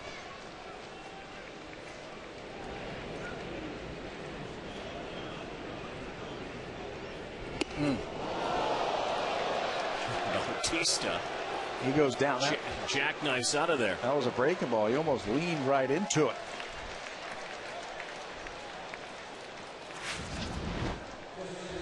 They wanted it down and away, and he falls down trying to get out of the way. I want to ask you a philosophical question about this Blue Jay team, and you watch so many games, and you've watched them through the years. We've done so many games.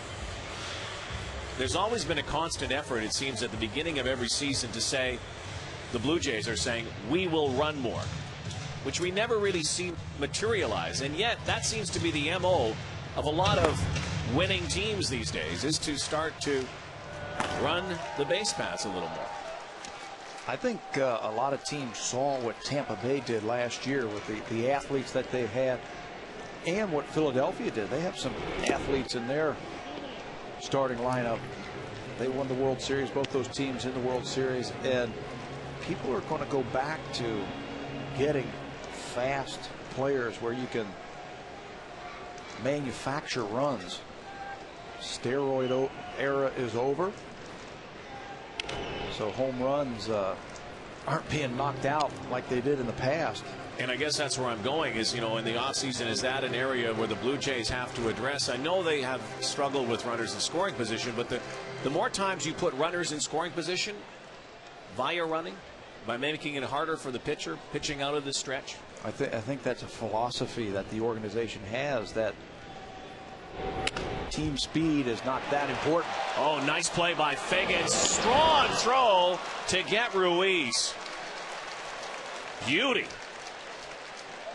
You know, not just the play, but again, the range of the left side of the infield. They pinch the middle, and he goes into foul territory and quickly gets the ball with a strong throw, gets him. And Ervin Santana's defense is helping him out this inning.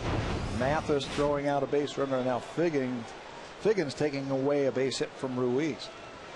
So now with Bautista in scoring position, Rod Barajas hacks at the first pitch.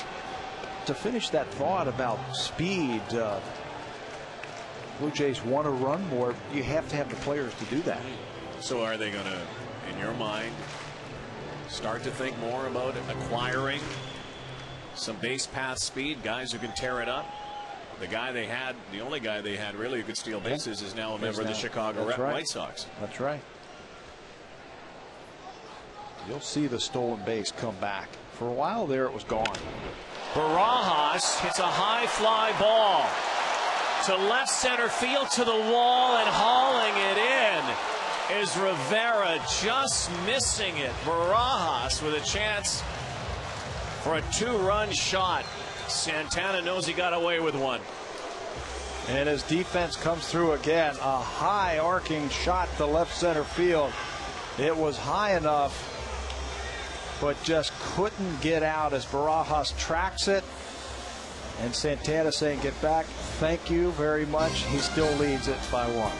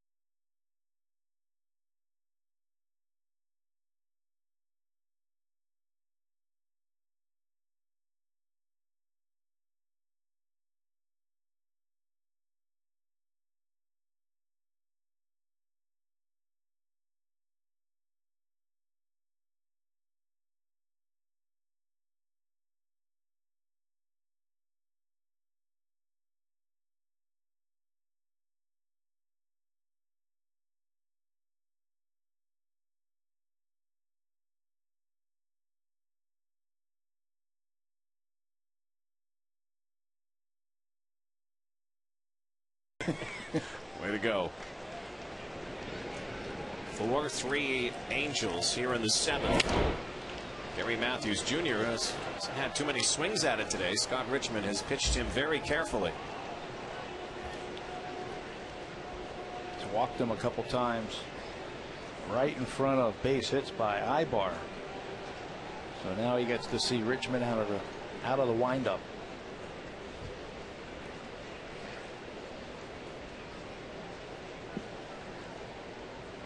This impressive Angel hitting team. They can manufacture runs, hit for average, they hit for power. As we saw from Vladimir Guerrero, they are going to be a force. The question mark will be their arms heading into what looks like October. Yeah, I don't think they're going to melt with a pretty big lead, 5.5 games, but you never know right now. The Texas Rangers on their heels, but a record of 73-47.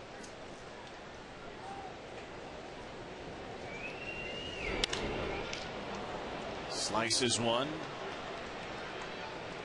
Adam Lind. That's the part of their game that seems to be rounding into shape, is the starters. They've had so many problems there injury-wise.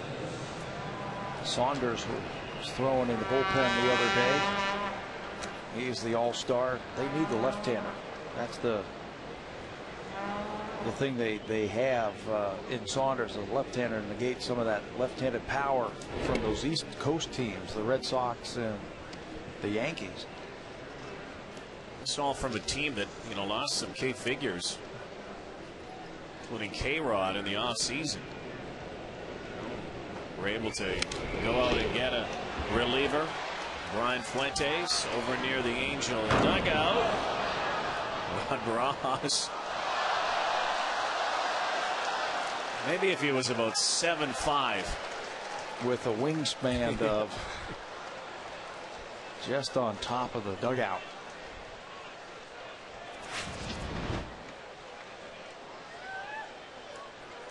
Good effort by Barajas. It comes over. Watch where it hits, right on the corner and into the stands. 1 ball and 2 strikes to Jeff Mathis with 1 away here in the 7th. Sean Figgins, top of the order after Mathis. Richmond trying to hold it here, but hit hard into the gap. Adam Lind watches it bounce against that scoreboard, and Mathis will have 2. The number 9 hitter strikes here in the 7th. That's how you can help your ball club. You threw out Vernon Wells for the first out last inning, and then you get a double. Richmond wanted to go in with a fastball, but it ends up over the middle of the plate. Mathis hits it hard, splits Lind and Wells in left center field. Just his 6th double of the season, which sets up another run in scoring position.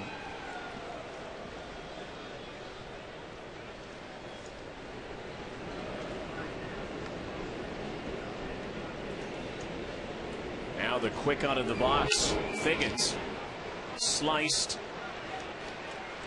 in the air down to Adam Lind. And 2 away will bring up Meiser Asturis. This is a team that has also been galvanized, as you can see, Sean Camp in the bullpen, by a tragedy that was unimaginable at the beginning of the season, the death of Nick Adenhart, just after brilliant pitching performance.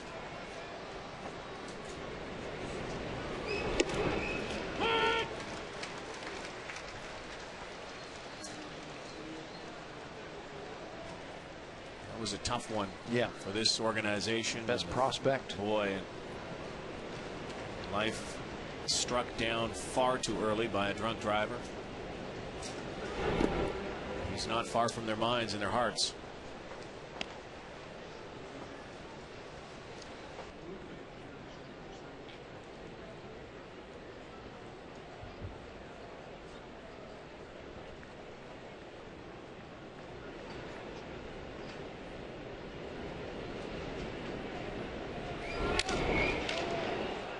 Down the line the other way and just foul.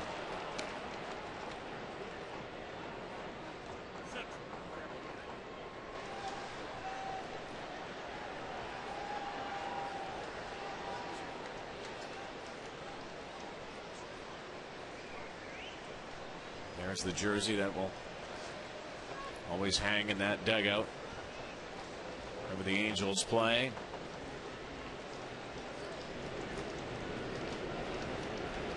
Unthinkable tragedy.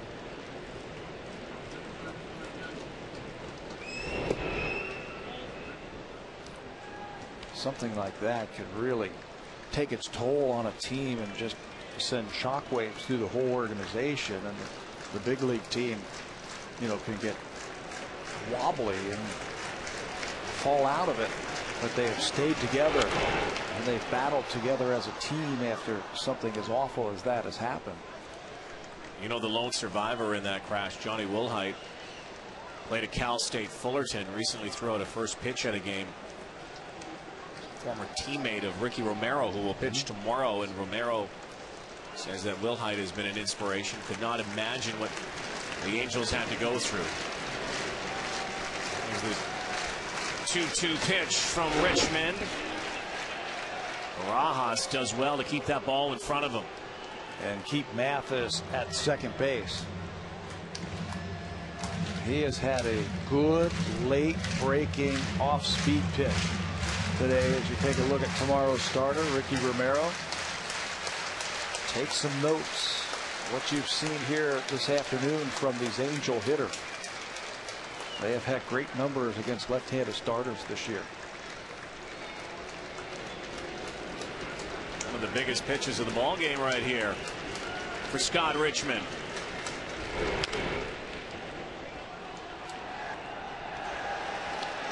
Alfredo, you see him. There's a former world champion, former teammate of yours, Alfredo Griffin. He has so much fun when he puts the uniform on. With the fans, with the teammates. I don't think he ever takes it off. I've never seen Alfredo Griffin without a baseball uniform on. Oh, look, he walks down the street with it on. Oh, and in the dirt.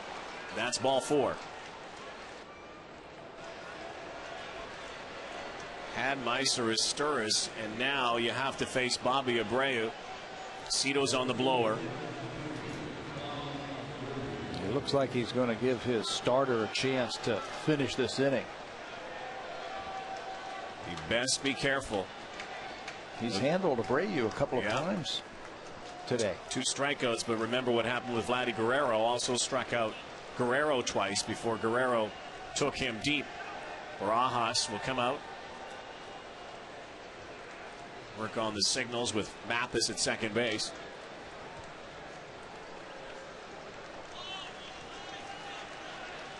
Dangerous territory in this ball game here in the 7th.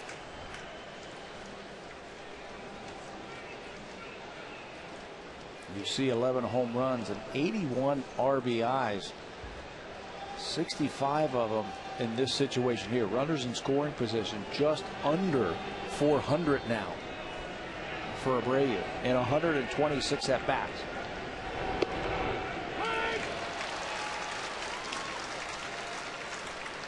He is on pace for 100 RBIs, which would be 7 consecutive seasons for Bobby Abreu.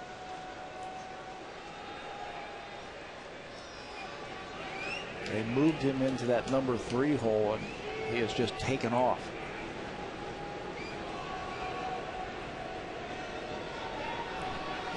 Turn around and try to fire to Scudero. Abreu hit .380 in the month of July when he was named the player of the month. And just keeping Jeff Mathis awake at second. They try one of those pickoff plays. Got a healthy lead over there. He's not the quickest guy, obviously, for a catcher.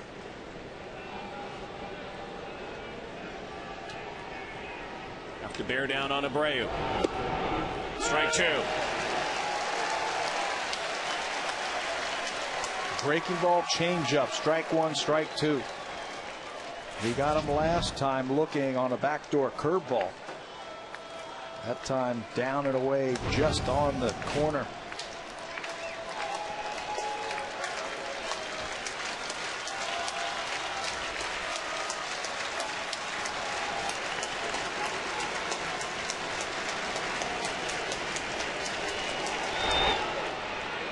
Tries to get him to chase here.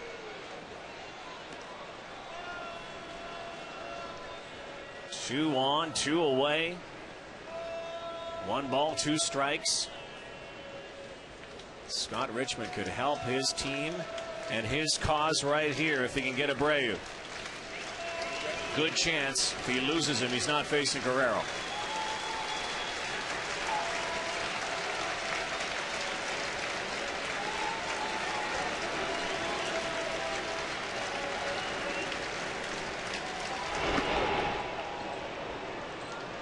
Tempting him downstairs. Abreu, veteran, won't bite. No, very rarely where you see him swing at bad pitches.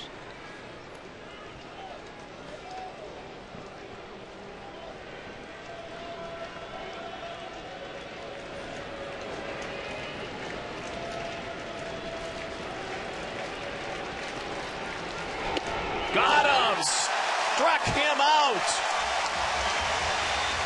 Scott Richmond deals in the 7th.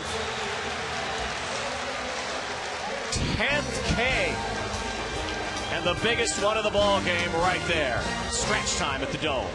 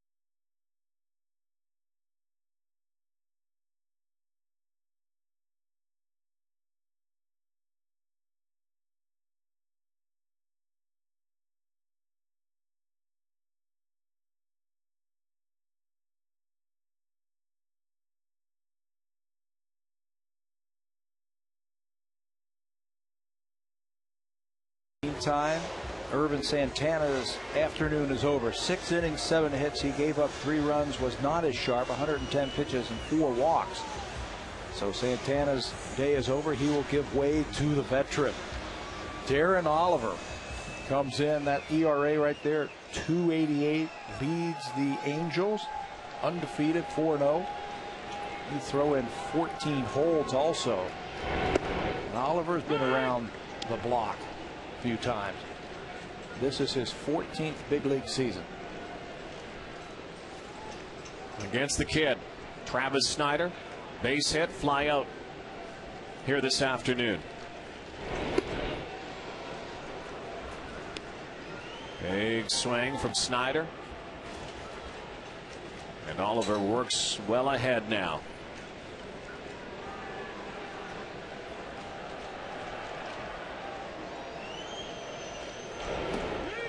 And got him on strikes. Snyder's so disappointed in that. Quick work. Yeah, and 1, 2, 3, just like that. 3 pitches, and Snyder's down on strikes. Didn't even notice that Mathis had dropped the ball. Way out in front. Upset with himself. Oliver will throw a lot of breaking balls, especially to left-handers who've never faced him before.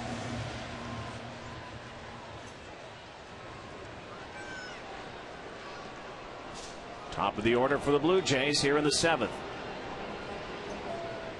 1-run ball game.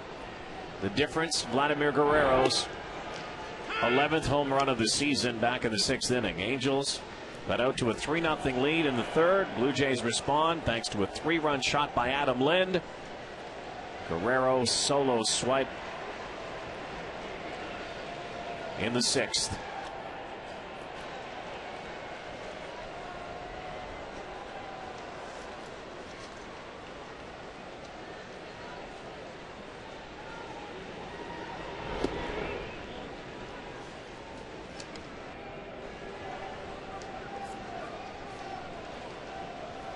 Angels bullpen has gone through some changes from last year when they were one of the best in the American League.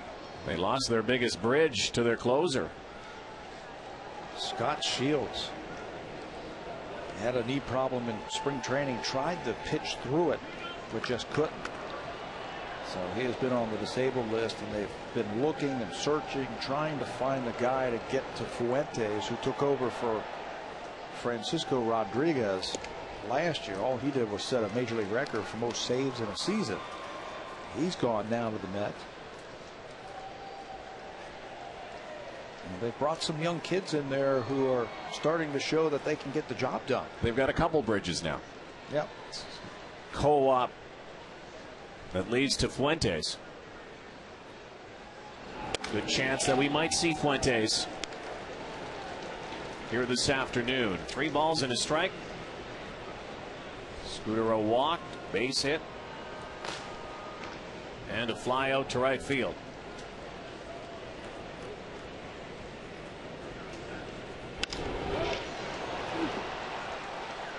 This one to right field.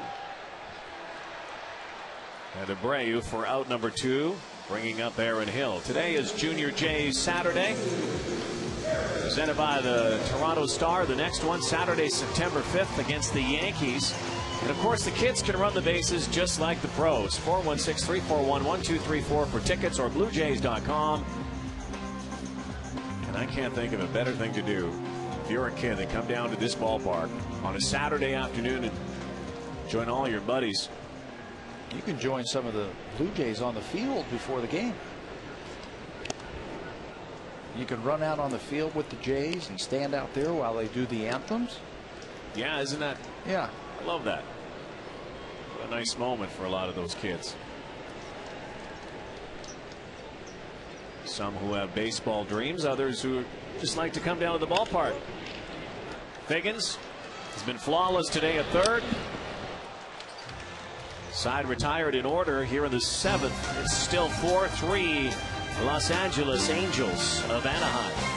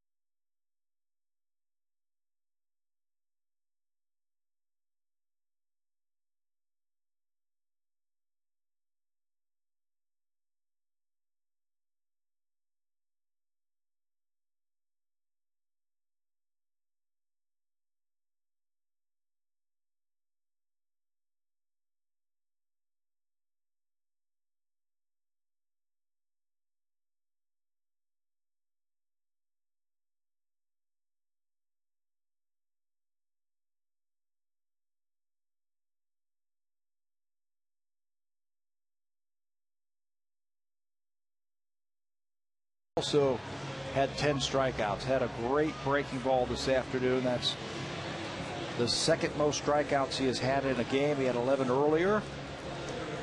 But he is still on the losing end, and the bullpen has to hold the Angels right there. The first man we will see out of the pen for Cito Gaston is Brian Talent, making his 29th appearance this season.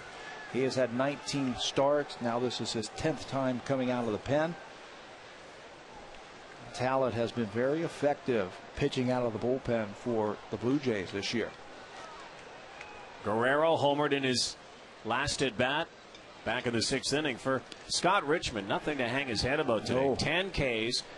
Really only one rocky inning. That was in the 3rd with 3 doubles. Settled down and then hung that breaking pitch to Guerrero in the 6th. And Guerrero with a line drive to the wall and off the wall. Adam Lind plays it on the hop. And that is one long single. Long, loud, and quick single for Guerrero. We told you he's a great low ball hitter. He goes out, reaches for it, and rips it to left field. Because it was hit so hard and on a line, hits the base of the wall, ricochets right to Adam Lind, and no chance for Vladimir Guerrero to turn that into 2.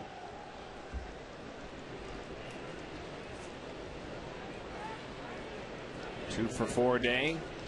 Guerrero started with a couple of Ks, then found his groove. Now Juan Rivera also has struck out twice. And lined out to Aaron Hill.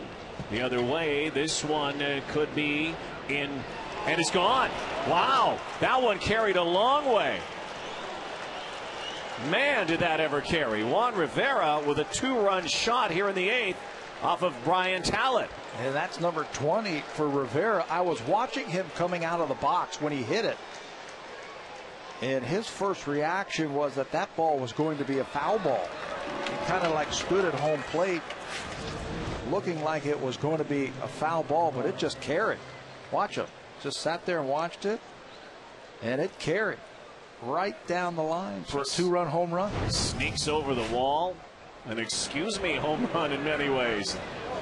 328 feet and 2 inches maybe. So the lead now 6-3, a 3-run advantage for the Angels. And all via the long ball. Henry Morales, the switch hitting first baseman. No one out here in the 8th.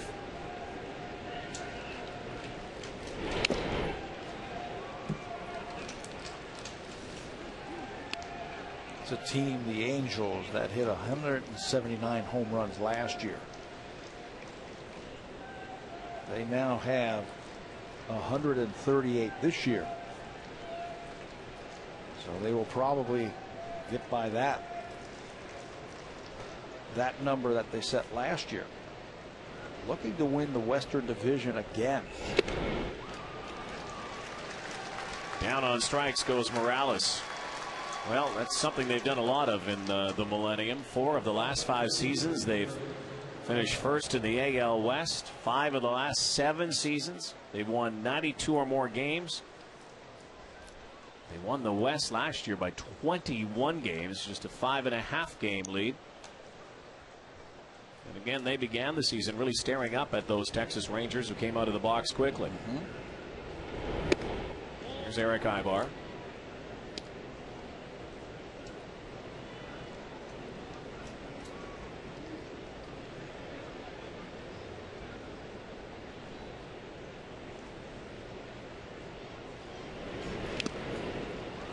That home run seems to have taken the life out of the crowd here.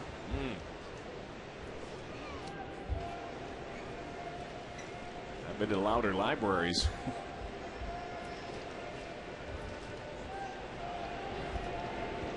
Maybe the Blue Jays can get it back with their bats in the bottom of the 8th. Up the middle, Aaron Hill turns, fires, and safe. Tough to get that guy.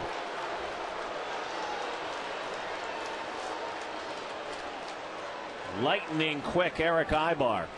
This is a team, the Los Angeles Angels, that have a lot of infield singles because of the speed that they have. Third in the American League in infield singles coming into this game. And here's another one by Ibar. That's what speed will do for you. You can get fooled on a pitch, just kind of flick your bat at the ball and end up on first base. They are first in the majors in bunt hits, third in the AL in infield hits.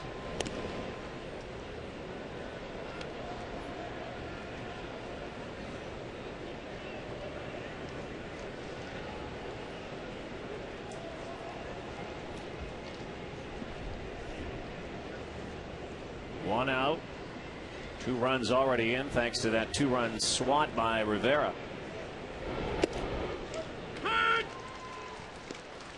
Gary Matthews Jr.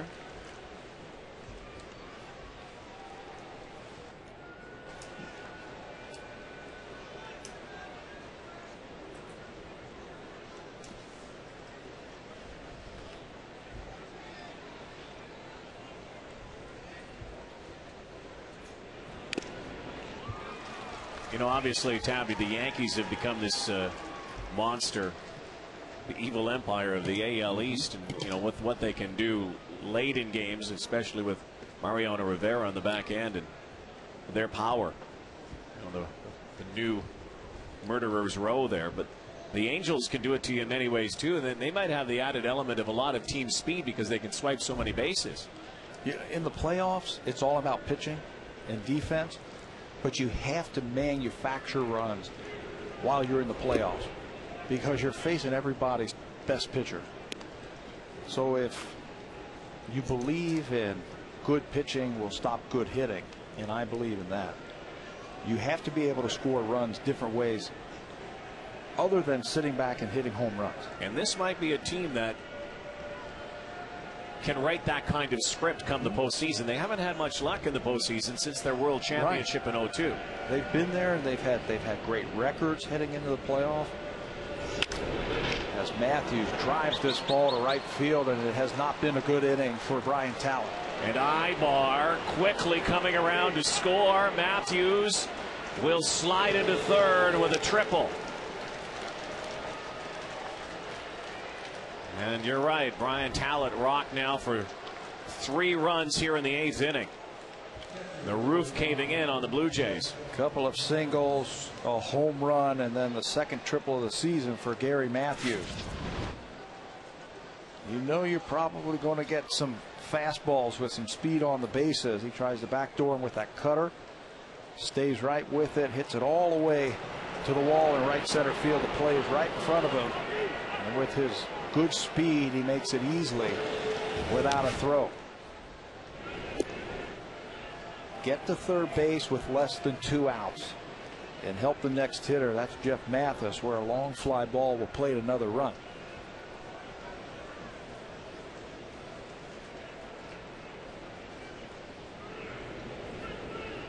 Mathis doubled in his last at bat in the 7th.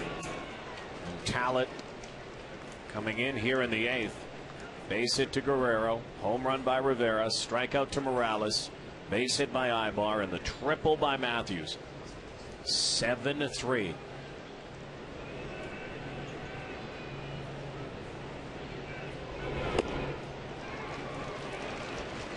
That's been the equalizer right there for Brian Talent against right-handed batters. Right-handed hitters just hitting over 200 against Talent because he's had a good changeup this year.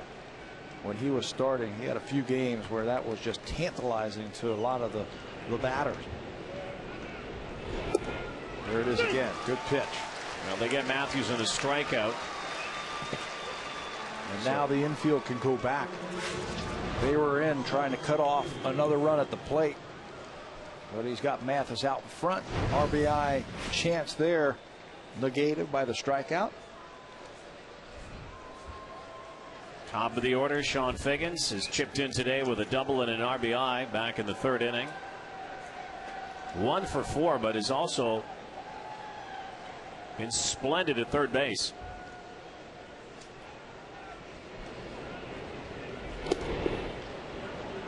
Couple of good defensive plays.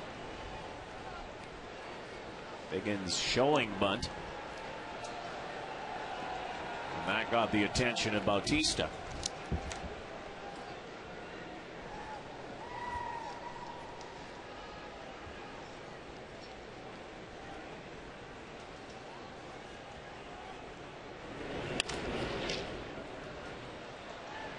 Final out of the inning, but 3 runs by the Angels and a 2-run home run the other way by that guy Juan Rivera. Just got out of here. And the Angels now have a 4-run lead heading into the bottom of the 8th.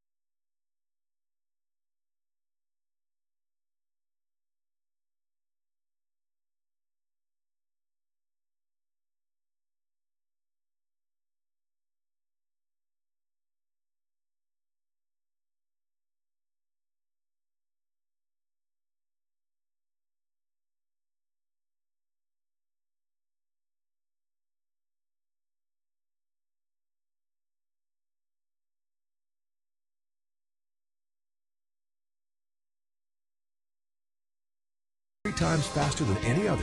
Visit Rogers.com/fastest. First pitch from lefty Darren Oliver is a strike here in the bottom of the 8th. Adam Lind. 2 of the Blue Jays' 7 hits today, including a 3-run home run in the 3rd. Jays down 4.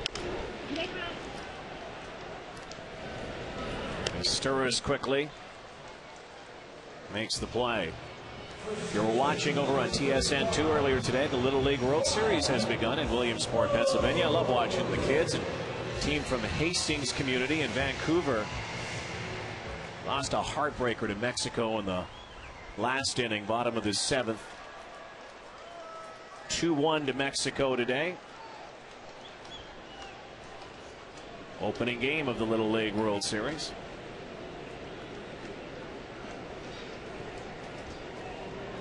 Now Lyle Overbay.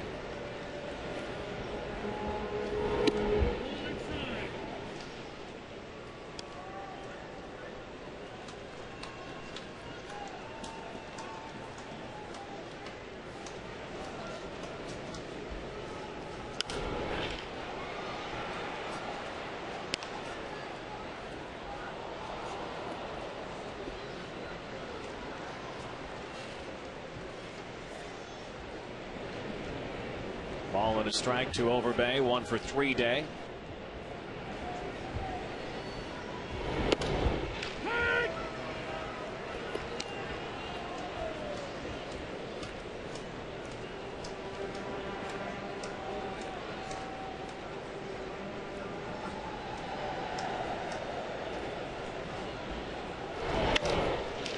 Overbay with a base hit.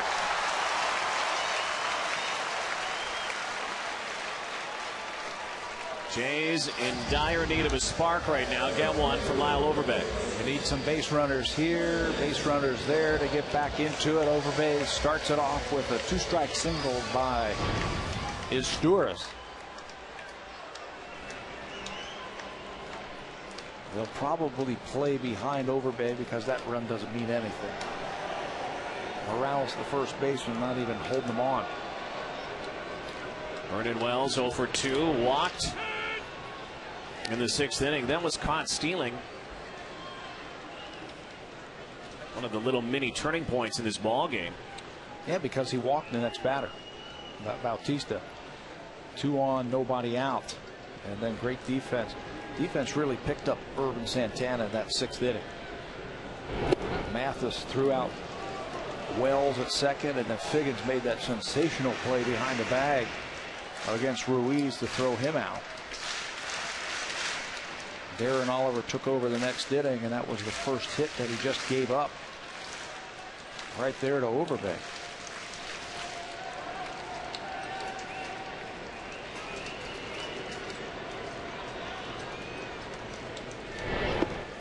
Down on strikes again, Vernon Wells. And here's it. 2 away here in the 8th. Well, tomorrow TSN2 brings you exclusive Major League Lacrosse action with the New Balance Championship. Live coverage at 1 Eastern, 10 a.m. Pacific time. It's field lacrosse. The Toronto Nationals right now playing against the Long Island Lizards in one semifinal. The winner will meet the Denver Outlaws, who defeated the Boston Cannons in the other. And it's exclusively on TSN2 tomorrow. Major League Lacrosse action. Jose Bautista has walked twice today.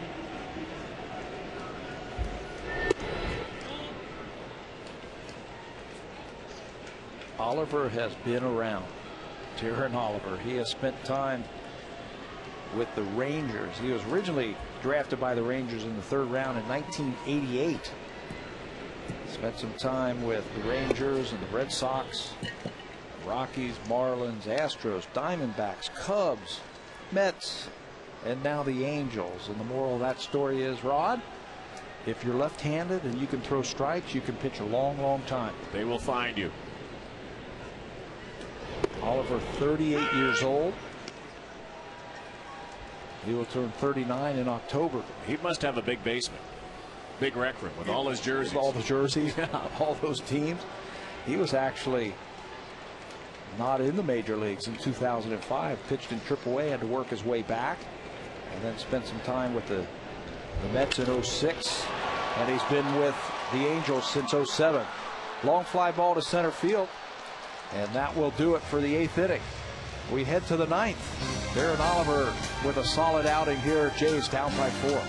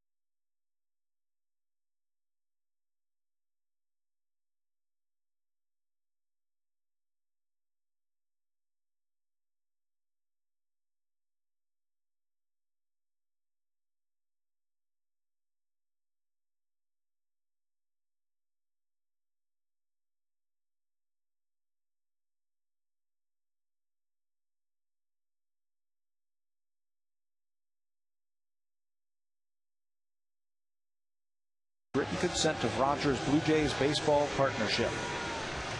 As we head to the 9th inning, in a game that was very close a few innings ago, up until the 6th, the home run by Guerrero, and even into the last inning, but the Angels have broken it open. Now have a 4-run lead. Sean Camp comes out of the bullpen, takes over from Brian Tallett, who took over from Scott Richmond. And he'll face Meister Esturris.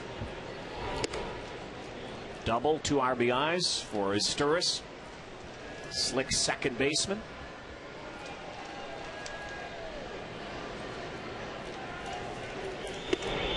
Camp's record of 1-6, you can throw that out.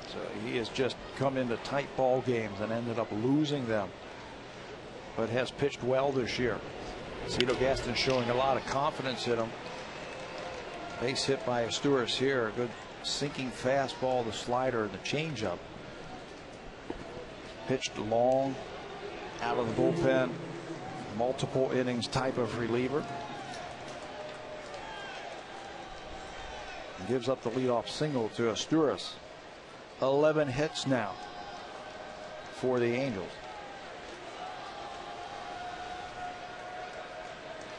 Now Bobby Abreu. 3 strikeout afternoon for Abreu.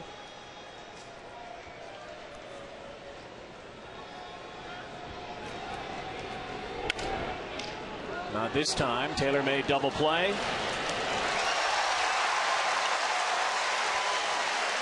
He'll want to forget Scott Richmond, and today Scott Richmond got him 3 times. He also had him on a ground out, now on 0 for 5. Taylor made right at Aaron Hill. Gives a good feed, plenty of time for Scudero to get there and complete the double play. Now Vladdy. An auspicious beginning in his 2 first appearances. Then he rocked Scott Richmond's world in the 6th with a home run. And a single off of Brian Talbot in the 8th. Strength of this Blue Jay team last year was pitching, and early in the season then injuries started to pile up. They were still able to piece things together. Do you get a sense that some of these pitchers are hitting the wall? No. I don't think hitting the wall. They have had to go to the bullpen a lot in the second half here because their starters have only been able to do 3 innings, 4 innings, 5 innings. But I still see good stuff coming out of their arms. Right now it is a open competition for jobs next year, which is good. Yeah, Cito Gaston was talking about that before today's game. Look at this. This thing's eventually going to come down. The Dave Kingman-like pop fly in the infield from Vladdy. To the bottom of the 9th we go. The Jays need some runs.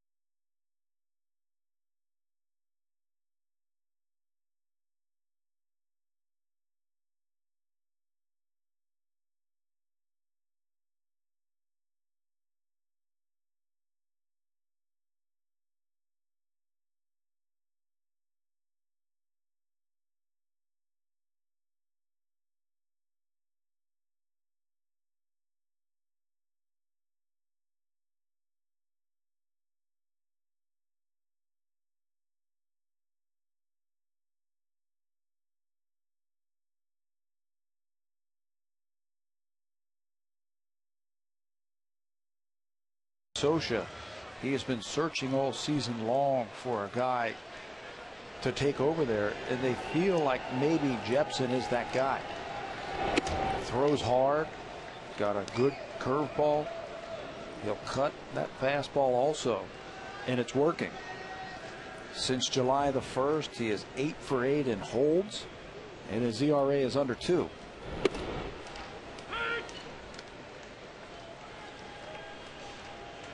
Guys who have become the sort of platoon setup guys. He and Bulger, setup guys that had to be the step-up guys. Randy Ruiz with the ball to left field off the wall. And puts the brakes on.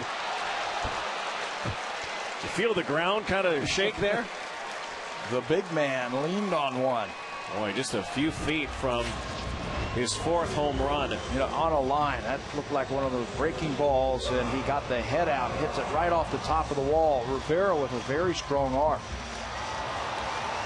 Ruiz is thinking maybe 2, but now you're down by 4 runs, and you got to be absolutely sure you're going to make it. Kind of station to station here. Down 4. Rod Barajas, 0 for 3 afternoon. Blue Jay catcher, followed by Travis Snyder.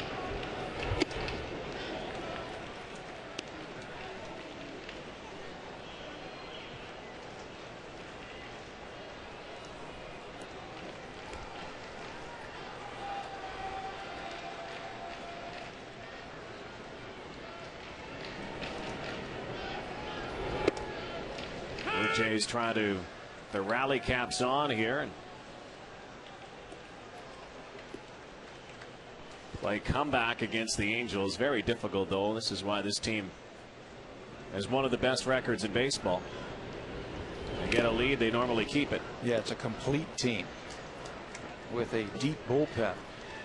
Jepson started the year in Double-A, and he had great numbers there. 2-1 with 11 saves as Mathis tries to walk off that foul ball. He's named to the Texas League All-Star team. He was promoted to Triple-A. Another catcher was going to give you a lot of time, by the way. You say, okay, yep, he knows all about that. Been down that road before, buddy. Yeah. Foul ball right off the shoe.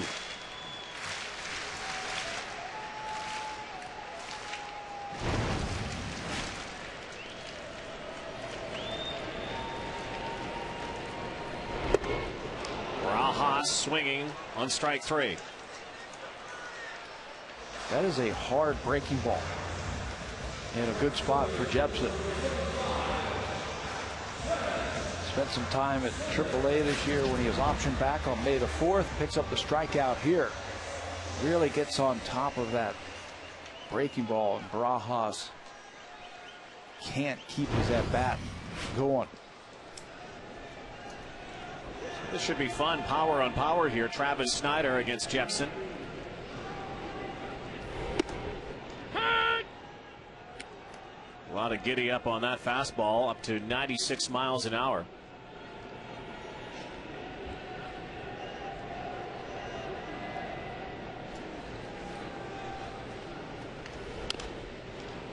Look at the late movement of that ball. That's almost Mariano Rivera-esque. Hard enough. 89-mile-an-hour cutter.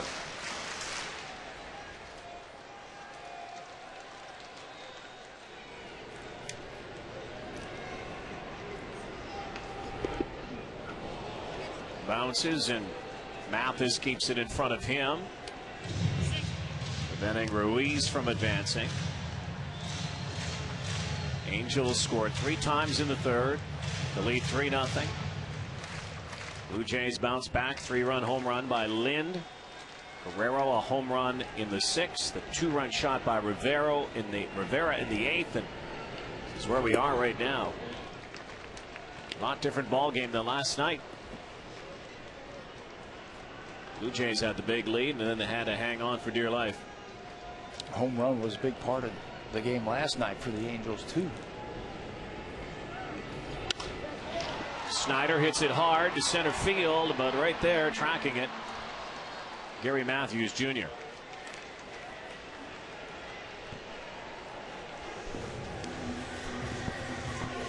Always like his athleticism, Gary Matthews. Yes. He can play all three outfield positions, but he's probably best suited in center field. Had one of the best catches I've ever seen in Texas. You remember that a couple of years ago when he went over the wall at Arlington, the ballpark there in Arlington?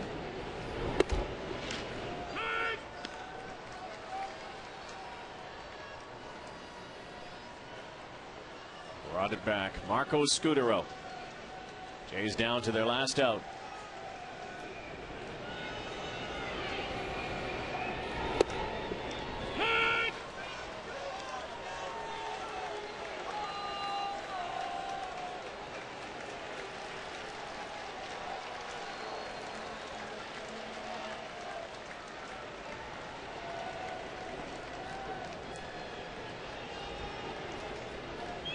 Jepson dealing.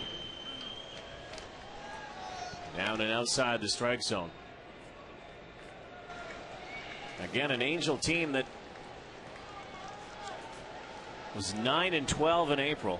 Since that time, with a win today, it would be 65-35. The only team yet to lose 4 games in a row in the majors.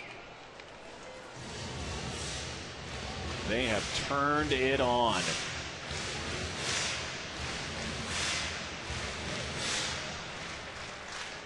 And it starts with the pitching, doesn't it? Second in the American League with 51 wins. Their pitchers, their starting pitchers, are starting to round into form.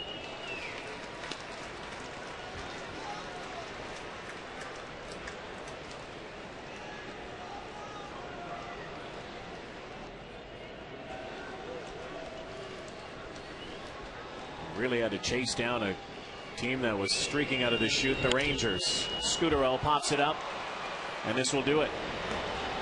Misturis calls for it. Game over. Really was all square until Vladimir Guerrero hit a home run, then the 2-run shot by Rivera.